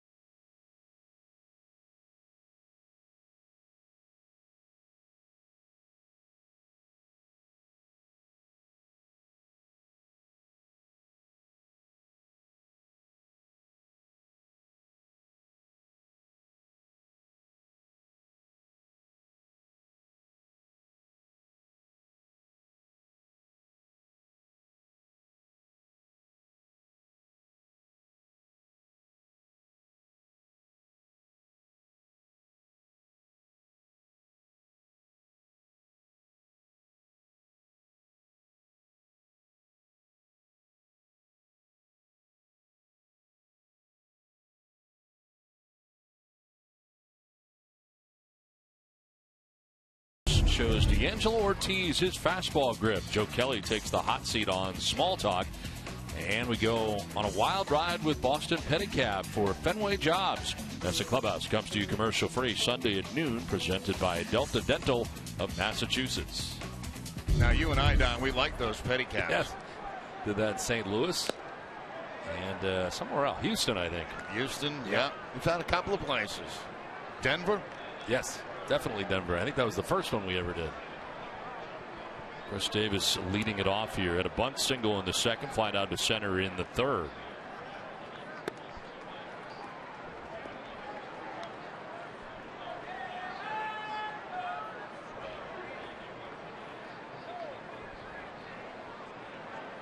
Porcello out there for the sixth inning. To right and hit well back towards the wall and off the scoreboard. Castillo plays it quickly and hits so hard Chris Davis can only hang on with a single. His second hit of the night. First hit was a bunt base hit down the third base line with the shift on. This time a rocket, a cut fastball that goes off that scoreboard, and he knows as hard as he hit it and it's sinking that he's only going to get one base. That ball carrying right off the wall to Rusney Castillo. Lead runner on here for the Orioles. Third time in sixth innings. As here is Delman Young, who is 0 for 2 in the game. Young has reached on a fielder's choice and grounded out to second base.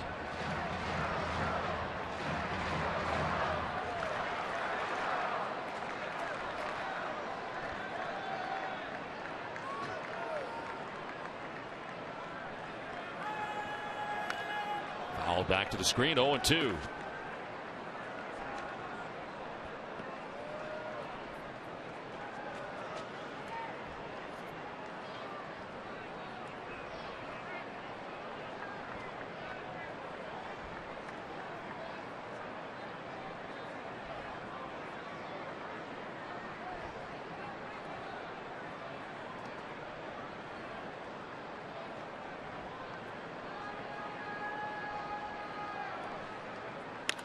Delman Young to left, and that's going to get in for a hit. Holt over to play it, but a base hit for Delman Young as Davis takes second. The first two have reached for the O's here in the bottom of the sixth inning. Well, Porcello had kind of really settled down in the fourth and fifth, but back-to-back base hits right here is going to get that bullpen going, I'm sure. Curveball that time that Delman Young stays on and puts it to the right of Brock Holt. So a single for Davis, a single for Young, and here is now Travis Snyder.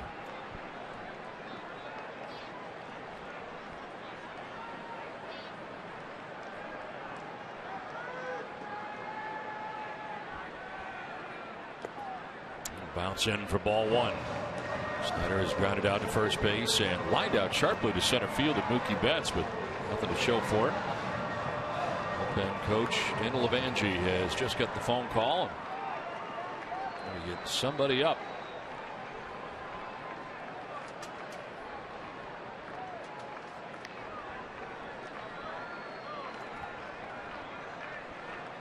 Now Porcello wants to see Swihart. They're going back and forth. Porcello's pitching line is brought to you by Ace Ticket. 5+ innings, 9 hits, 3 runs. Has not walked anybody and has struck out 5. 73 pitches deep into his outing, but back-to-back base hits here in the sixth inning.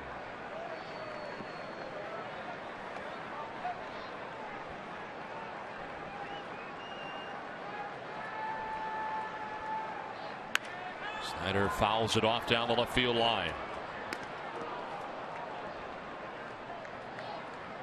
Alexi Agondo first up here for the Red Sox.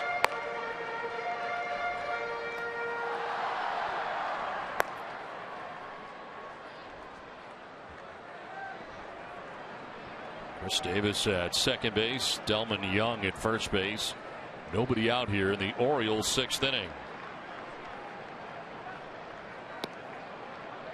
Well, that's a good pitch right there. That's the kind of pitch you want to throw if you're Porcello. You want that ball right at the bottom of the strike zone to try to induce a ground ball double play, and it looks like he had it there.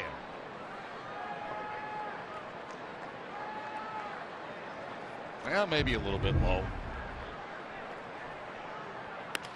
Line into right center field, a base hit. They're going to wave around Chris Davis. He will score.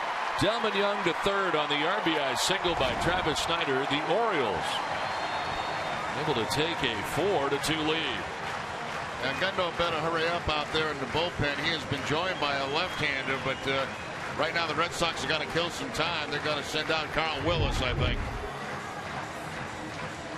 It's like a changeup, not a bad pitch. Working away, it's off the plate. It is a changeup. Had pretty good movement on it, but pretty good hitting also. Taking it up the middle for the base hit.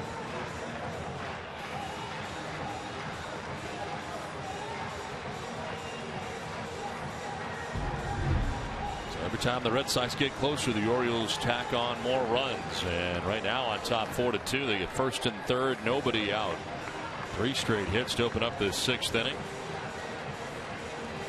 Willis took a long time to get out there, a long walk. And taking his time out there now, buying time for the Red Sox pen. Yeah, that's one of those walks that's always going to bring the umpire out to break up a meeting because they're trying to get a Gundo ready out there in the bullpen.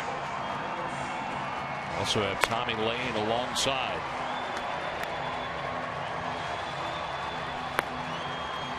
J.J. Hardy, 1 for 2 in the game, a double, a run driven in the 2nd inning. And he grounded out to shortstop in the 4th against Rick Porcello.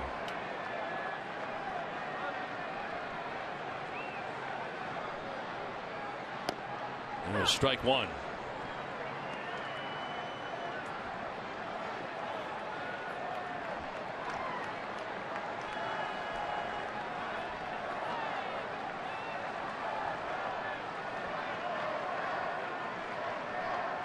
For the first, and back to the bag is Snyder.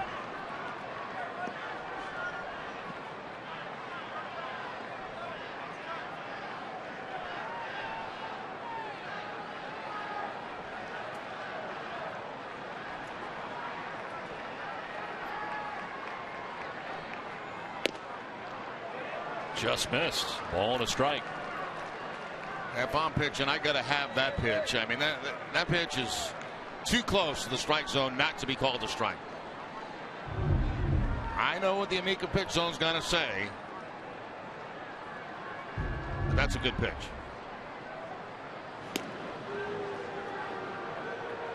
Certainly at first base, Snyder is not a base stealer, but I wouldn't be surprised if he did run, trying to stay out of a double play.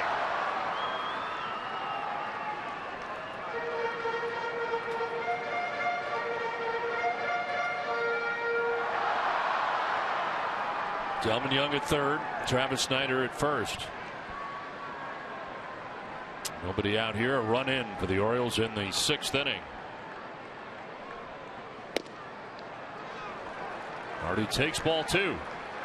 And if he's got to go, he'd probably go right now.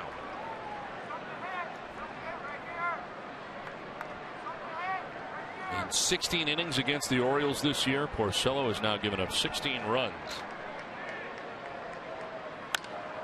Maybe more to follow. Fly ball to right center field. Backing up Castillo. He's under it as he makes the catch. Tagging at third is Delman Young. Throw will go to second, and the Orioles will take a 5-2 lead. A sac fly for J.J. Hardy. And John Farrell coming out. So that'll be the night here for Rick Porcello, who so far has been charged with 5 runs, 2 of them coming here in the 6th inning.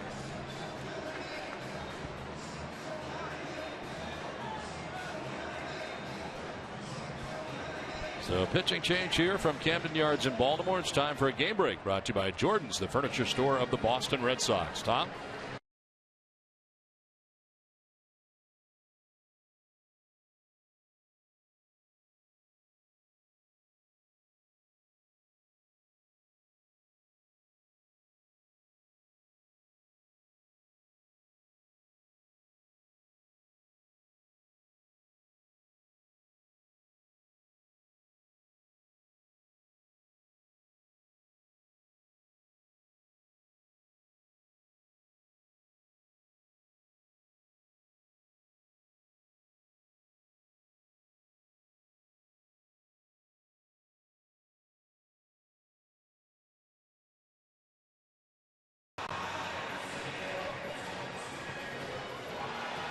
Gondo had been up out there alongside Lane, but Lane coming in with Ryan Flaherty coming up.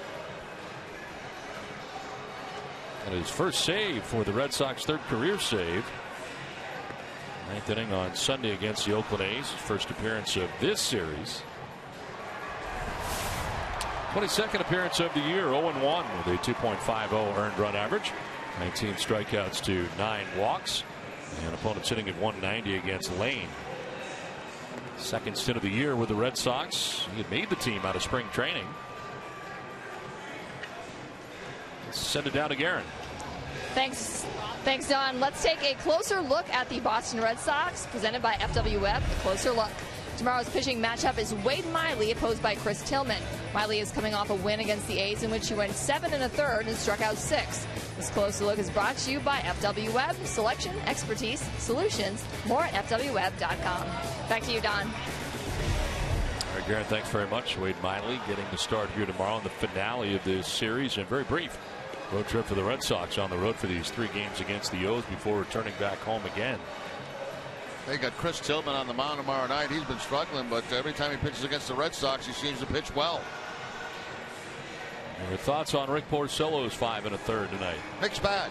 You know, I thought he started the game out really now with an excellent sinker, and I thought that he may stay with that a little bit more than what he did. He really, really had some great movement on it. But, you know, the Orioles, for some reason, just have his number. And you gave the numbers earlier. They're not pretty against Baltimore. So you wonder, you know, if they got something on Porcello.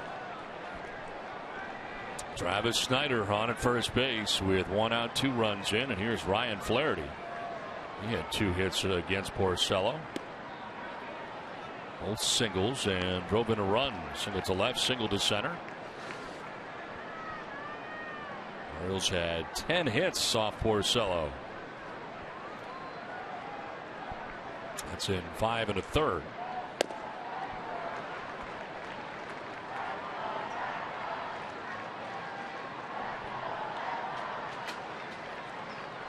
Tommy Lane has retired the first batter faced in 20 of the last 21 games.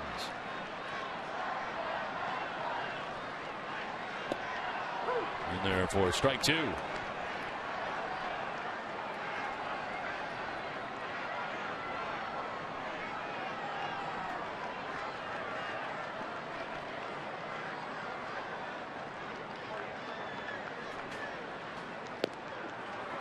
There's strike 3 over the outside corner, and Ryan Flaherty strikes out against Tommy Lane. First batter Lane faces, he strikes out.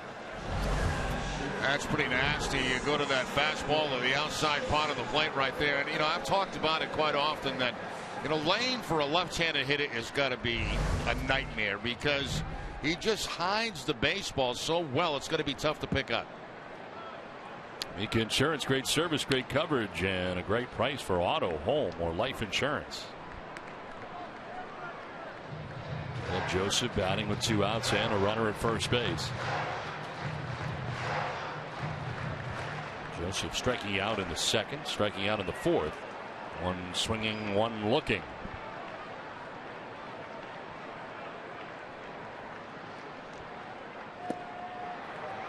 Fooled on that pitch, and it's 0-2.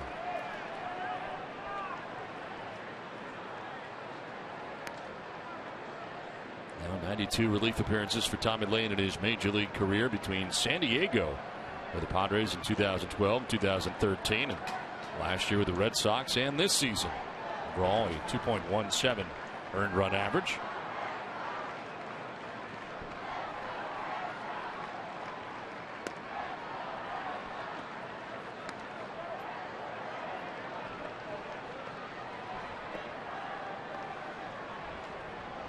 Manny Machado, the top of the Orioles order, waits on deck. Travis Snyder held on by Napoli at first base. And a swing and a miss. Lane strikes out both batters he faces to end the inning. Orioles get 2 and take a 5-2 lead.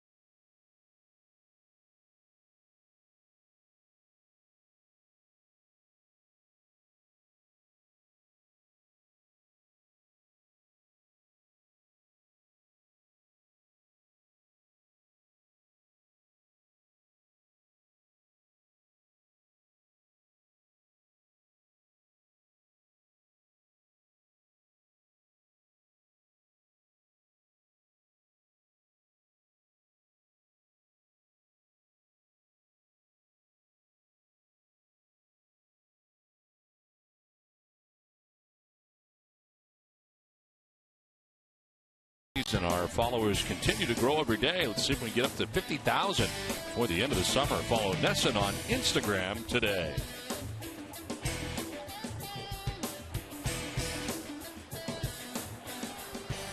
Five to 2, Baltimore on top of Boston as Pablo Sandoval leads it off here in the 7th inning. Tommy Hunter coming into the game. And he came into a 1st and 3rd situation, nobody out. Allowed one inherited runner to score. It's not his fault, though. Throw. As Hunter did a very good job giving up just the 1 run as it turned out. That run was charged to Wei-Yin Chen and went to 5+ innings, giving up 7 hits, 2 runs. Walked the batter, struck out 5, and Chen with a chance to get a win. Here's a ground ball to J.J. Hardy, got the room service hot, and throws out Sandoval. In case you joined us late, we go back to the 2nd inning. When a team is having problems scoring runs, this is what you don't need. Bogaerts to the outfield. Great play there by Adam Jones. One hand off the wall, throws him out at second base. You can't blame Bogaerts. There's Sandoval going down the third baseline. Again, you can't blame Sandoval for going for 2. He's out. And now watch the play by Adam Jones on Mookie Betts. Takes extra bases away from him. So, you know, when you're having trouble scoring runs, those kind of things seem to pop up. And the Oriole outfield has been outstanding tonight. One down here in the 7th inning for Mookie Betts. He's 0 for 2. He's lined out to Adam Jones in center and flied out to center field. Now drives this to deep left field. Back goes Snyder. Front of the track to make the catch. On to the track as Betts retired for the 2nd out. Join the 2020 Club and enjoy an affordable fun night at Fenway Park. Groups of 20 or more start at $20 each. Visit redsox.com/groups for more information. 2 outs here in the 7th inning and bring in Blake Swihart. He is grounded out to second base and walked.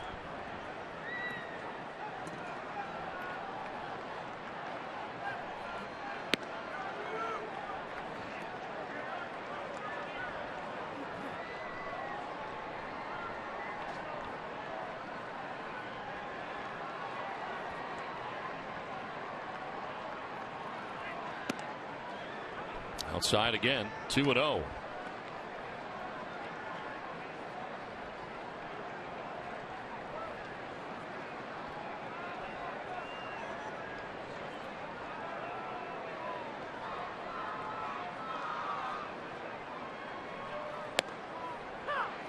There's a strike, 2-1. Picked up that outside corner. Only walk that Wei-Yin Chen allowed belongs to Blake Swihart back in the 5th inning.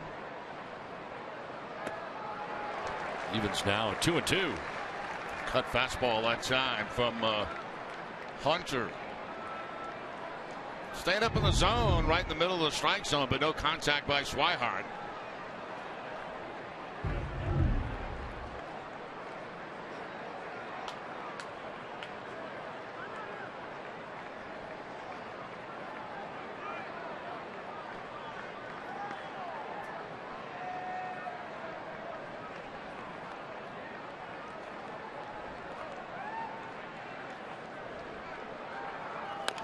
On the ground to first base, Chris Davis will use Hunter, who covers the bag for the out. That ends the inning. It is 7th inning stretch from Baltimore. 5-2 Orioles.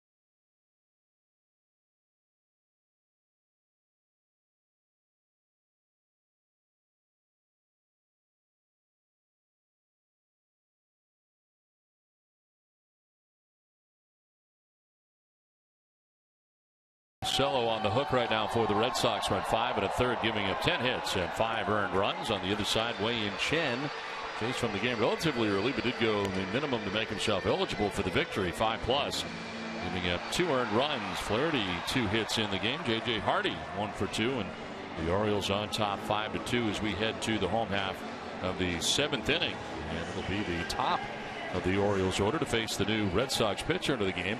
Alexia Gondo comes in. Takes over for Tommy Lane. And Gondo into his 23rd game of the year. 1-0 with a 4.37 earned run average, 16 strikeouts to 7 walks. It's sitting at 244 against Gondo. Tommy Lane doing a nice job as he faced 2 batters and struck them both out. And Ryan Flaherty and Caleb Joseph in relief of Rick Porcello.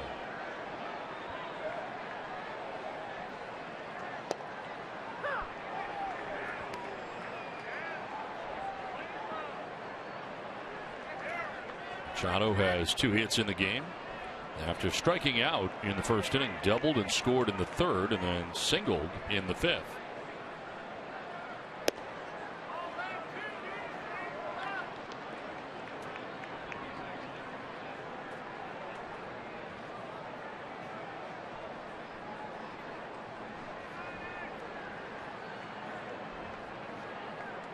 Last worked on Saturday against the Oakland A's, win an inning. This one fouled off to the right, gave up a home run and a walk. Solo home run to Mark Canha in that game. Don't miss WB Mason Extra Innings live right after tonight's game. TC Eck and Steve Lyons will break down tonight's contest. You'll hear from Rick Porcello. Whatever, whenever, wherever. Who but WB Mason? 1-2 pitch to Manny Machado. Fly ball, center field. Mookie Betts out there waiting for the first out of the bottom of the 7th inning. Time now to check out the results of tonight's Dunkin' Donuts poll question. We asked, have manager challenges improved the game? And you answered yes, 63% of you anyway. Agreeing with Jerry and I. Now, notice a lot of times the fans do agree with us. I'd say probably 3 out of 4 times. Yep. But I think it has improved the game. There's no question about that. And the whole idea is to try to get the call right. And well, we've seen some that have been so close, it's so hard to tell. It certainly has cut down on arguments in the game. And managers basically have been taken out of arguing with umpires.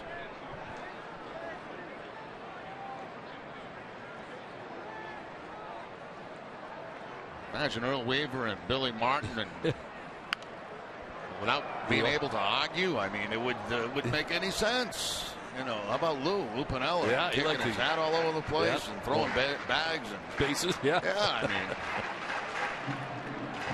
there's Earl Weaver out there. That's a tall Earl Weaver. Yes, that is much taller than the real Earl Weaver was.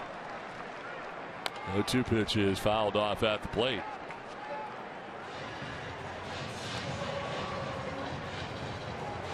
That Earl Weaver, when he was much older, after he had managed against you for years. Of course, the Red Sox and Orioles shared the cruise during the offseason together every year, and he was still competitive. He, you know, these ping pong tournaments on these cruises, and he lightened up the judge of the ping pong tournament in the Caribbean. I mean, it was unbelievable. The guy has not lost his competitive juices later on in his life. And of course, passing a few years ago, ironically, on that cruise is where Earl Weaver passed away, as it turned out. But he loved cruising, and the Orioles fans coming out to see him as part of that cruise year in and year out. 1-2 pitch, a swing and a miss. Jimmy Paredes with a quiet night, 0 for 4, 2 down. And the guys like that, you know, you just can't imagine them not being competitive with everything they do. Everything, you know. I mean, he had some of the most classic battles with Jim Palmer, Hall of Famer Jim Palmer, where they would, you know, Weaver was about, I don't know, 5'7", maybe 5'6", 5'7", and Palmer was about 6'7", I'm guessing. And he would come out to the mound, and Jim would purposely stand at the top of the mound on the rubber. So, but you know, he's about now 10 feet tall. And then Weaver would come out and he tried to be talking to him, you know, yelling at him, and they'd be yelling at each other, and it was hilarious to watch from the opposing dugout.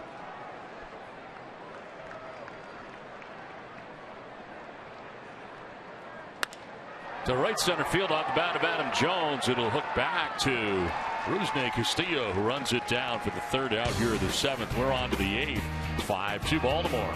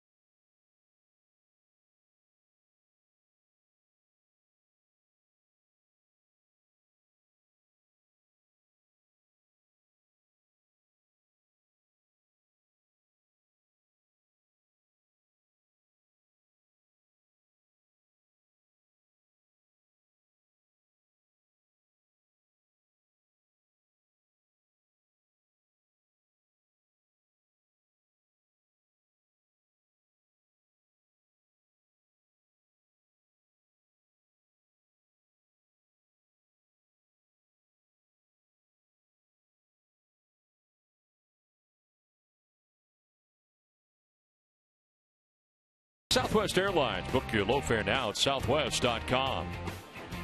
Your local Subaru dealers. Digital Federal Credit Union. See what DCU can save you. And by National Tire and Battery. Tires, oil, service, and repairs. That's all you need. Utah Street outside Camden Yards here as we play along to the eighth inning. And Darren O'Day, the new pitcher for Baltimore, his 24th appearance of the year. He's 2-0 with a 1.29 earned run average. Strikeout to walk ratio very good, 24 Ks to 4 base on balls. And opponents hitting at just 175 against O'Day. And a pinch hitter here for the Red Sox, Alejandro De Aza, the former Oriole, will bat instead of Rusney Castillo here in the eighth.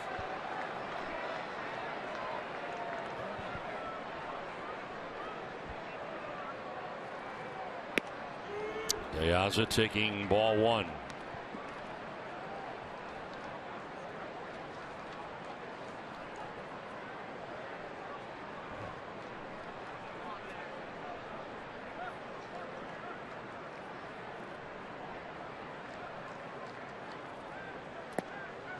Strike call, 1-1. Sits safely in his 3 appearances with the Red Sox since making his debut on Friday night against the Oakland A's. Did not appear in the first game of the series. There's David Ortiz available off the bench tonight for the Red Sox. As De Aza takes the pitch inside.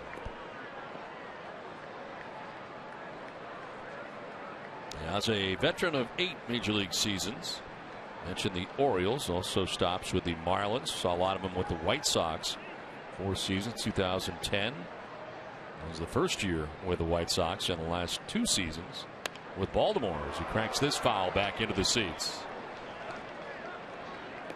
Let's stay tuned following WB Mason Extra Innings Live for Red Sox Final, presented by Uno's.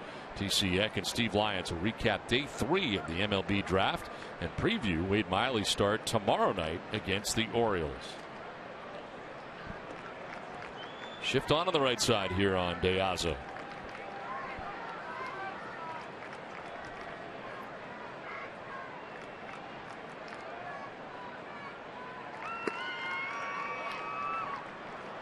See that kind of submarine style delivery from O'Day, and from down under he'll throw that fastball and slider. The slider appears to rise as it comes to home plate. This is the fastball right here.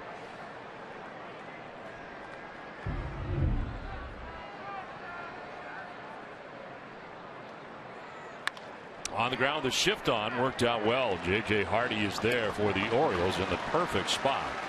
And De Aza, the pinch hitter, is retired.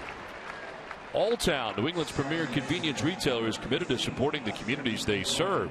For every home run the Red Sox hit the rest of the season, Alltown will donate $500 to Boston Children's Hospital.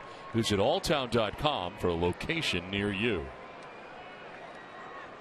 One out in the 8th for Dustin Pedroia. Popped out in the first inning to second base. Since then, has singled to left and doubled to right. He has scored both Red Sox runs.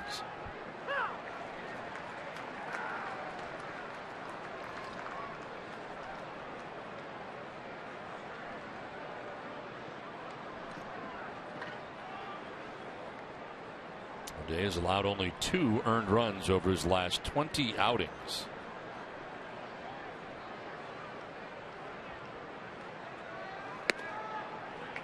Really one of Buck Showalter's most consistent relievers, and a guy you generally see towards the end of the game when the Orioles have a lead.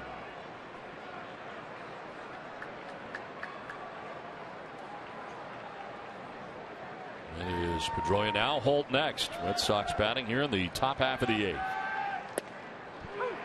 And strike 2. Picked up that outside corner.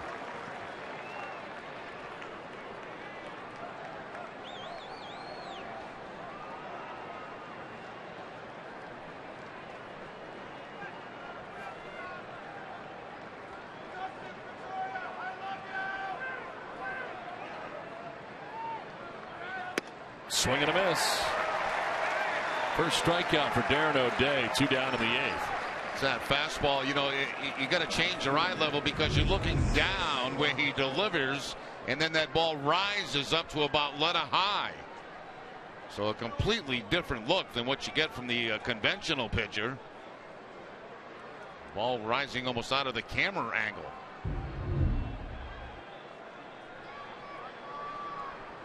Two down here in the 8th.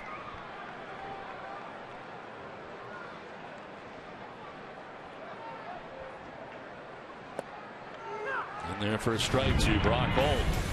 One of the few guys this season to get to Darren O'Day is Brock Holt. Last time the Red Sox were here, a home run.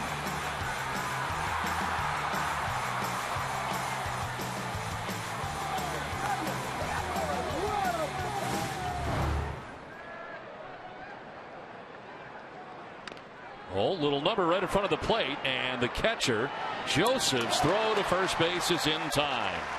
It's a 1-2-3-8 for Darren O'Day. It's a 5-2 Orioles lead.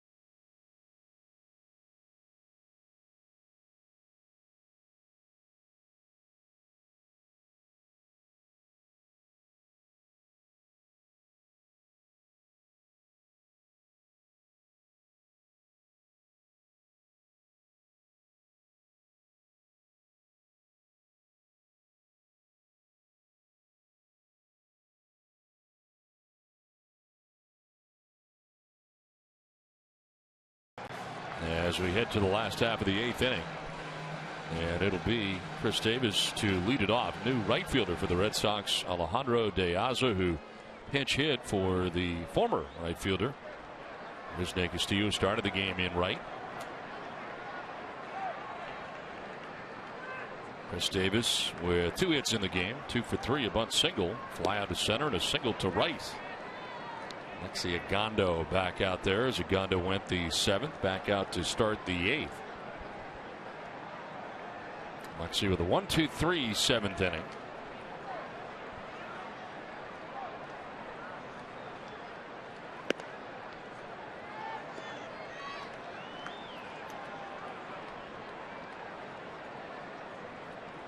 Action in the Red Sox pen. Left-hander Craig Breslow warming up.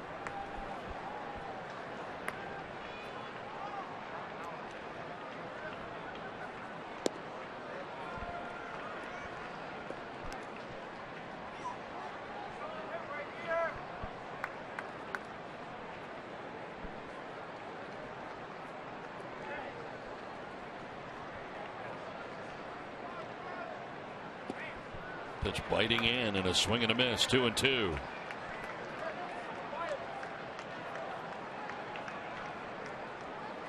Damon Young waiting on deck. Then we'll see Travis Snyder scheduled to bat in the bottom of the 8th.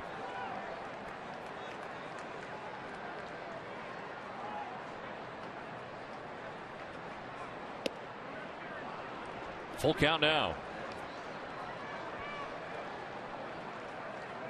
Doesn't have to worry about the power of Davis. He does have 12 home runs so far in the season.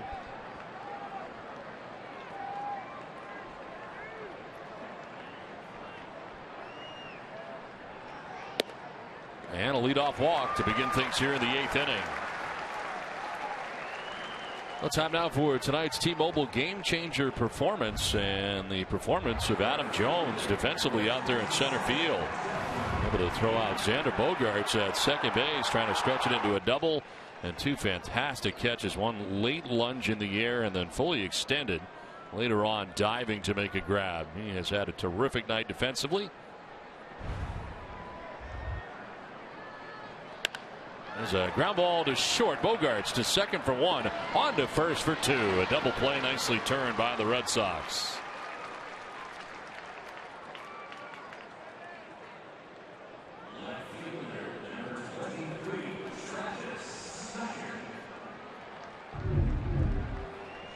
And Bogaerts with a nice rangy play there. That little sidearm flip, and Pedroia with his back to the runner makes contact with the baseball, then spins and throws to first base. You know, I was mentioning earlier about the how the Orioles kind of have Porcello's number, and I said maybe they have something. What I'm talking about there is it's possible, you know, and you can only think this way because of the numbers that are so one-sided on the part of the Orioles, that maybe they have something on Porcello. Maybe he's tipping his pitches to them in some way that they've picked up over the years. That's just, you know, speculating. And, you know, I'm just wondering if some point during the years they have seen something with Porcello that has clicked with them, because, you know, I noticed tonight a couple of pitches that they had made contact with were, you know, a good 4 or 5 inches off the plate, and it looked like they were right on him. You know, that's all really speculation. But I think sometimes pitchers wonder about that. You know, there's one team that wears me out. Why are they wearing me out? You know, and especially if I feel like I got pretty good stuff. Well, they definitely have his number. There is no doubt about that, and it continues again tonight. Porcello in 5 1/3, giving up 5 runs on 10 hits. 2-1 to Snyder, and that is outside for ball 3.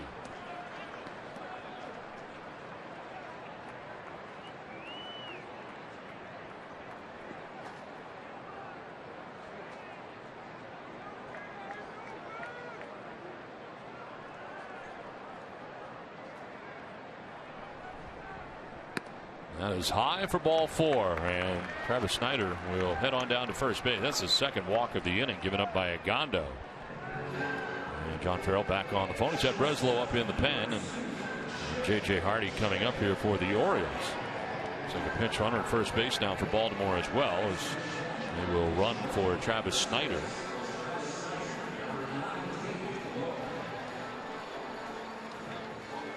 They'll get immediate care without leaving the ballpark at the Beth Israel Deaconess Medical Center First Aid Station behind Section 12 on the lower concourse.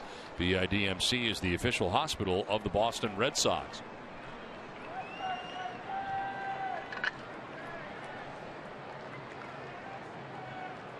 David Lowe is the pinch runner at first base.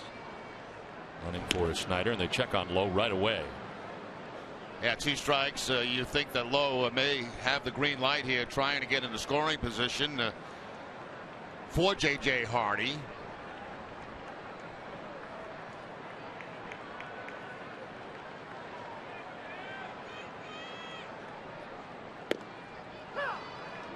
In there for a strike to Hardy, who is 1 for 2 tonight with a sac fly, 2 RBIs in the game. RBI double in the second, grounded out in the fourth, and that sac fly in the 6th inning.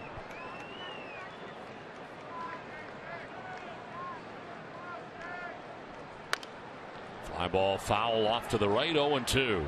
So that third base coach throwing down signs down at third base, and you know, most teams have a player or a coach who are focused on that third base coach, see if they can pick up anything with the signs. There's a lot of different ways to steal them. First of all, you got to know if the coach is right-handed, left-handed. That makes a big difference on how they give signs.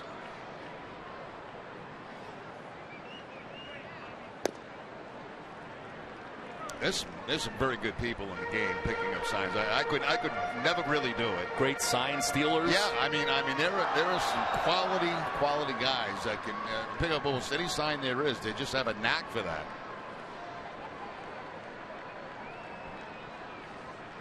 Swing and a miss. Hardy goes chasing after that pitch and strikes out. So that will end the inning on the second strikeout by Agondo. We are headed for the 9th. It's 5-2 Baltimore.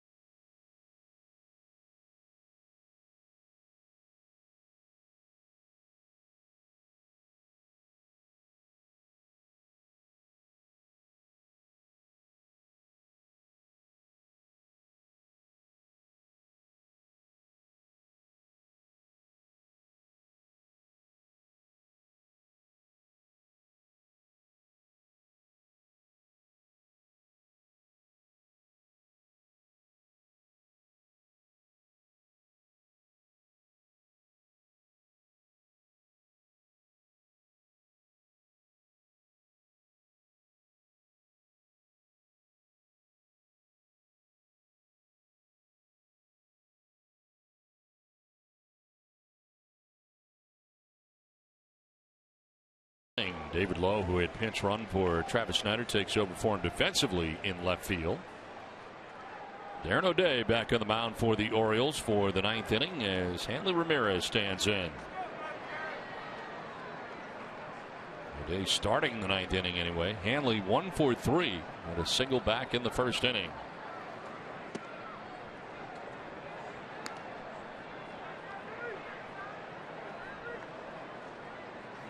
Ramirez against O'Day, 1 for 3. He does have a home run against O'Day.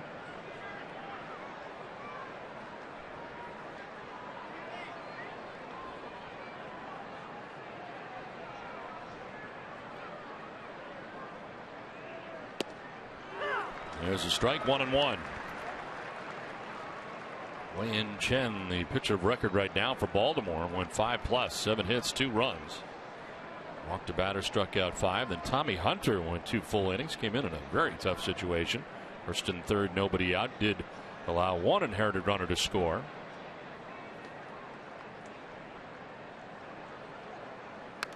This one foul back to the screen, 1-2. Tonight after Red Sox coverage on NESN Sports Today, Adam Pellerin and Nicky Reyes will have a recap of tonight's game in Baltimore. Also have an update on Game 4 of the Stanley Cup Final. That and more on NESN Sports Today, presented by People's United Bank. See what know-how can do.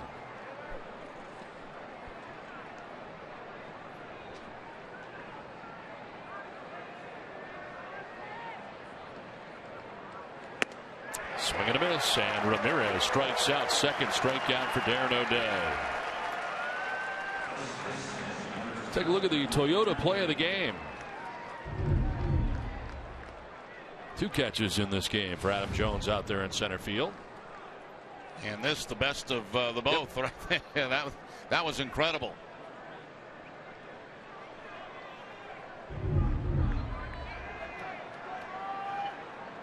4 in a row retired by O'Day since coming into this game. Here's Mike Napoli. 0 for 3 in the contest. Did reach on a fielder's choice in the 6th and pick up an RBI, his 25th of the year. How hard is it to change the plane, at least eyesight wise, when you're dealing with a guy like O'Day? Oh, this is totally different. I mean, this is unique. You don't see this type of delivery from many pitches at all. And just the movement on the baseball itself from that angle is totally different. Tries that slider, and it looked like it hit the bottom of the strike zone, but not called a strike. Dan Quisenberry, remember him with the Kansas City Royals? Yes. Very unique. Dropping down to the side, almost submarine style. Almost submarine style, not quite. We had Chad Bradford, who was submarine style. He's down. Scrape his fingers against the mound.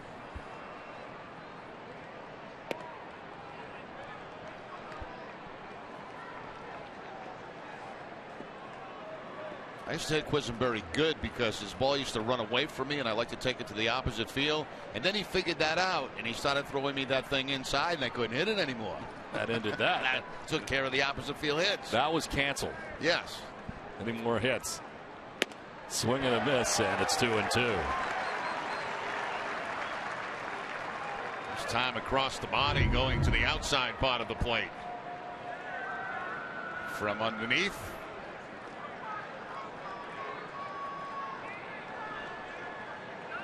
Look at the angle. Look where the arm is. That ball almost rising as it goes to home plate.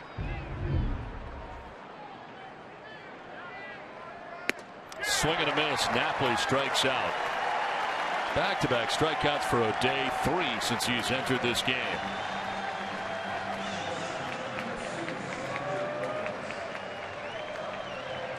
Now tomorrow at 6, don't miss Red Sox first pitch presented by Joseph Abboud, available at Men's Warehouse.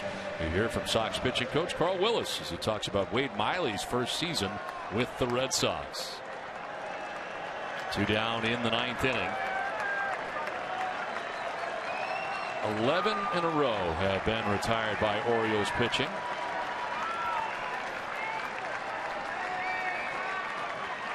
Xander Bogaerts 1 for 3 in the game, a single back in the 2nd, and a swing and a miss for strike 1.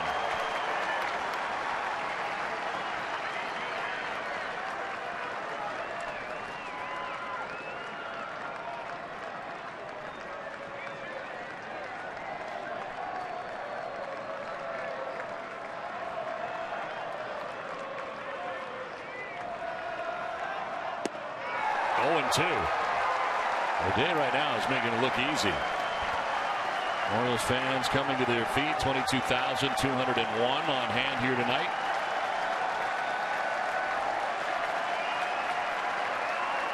Not much fun for Red Sox Nation.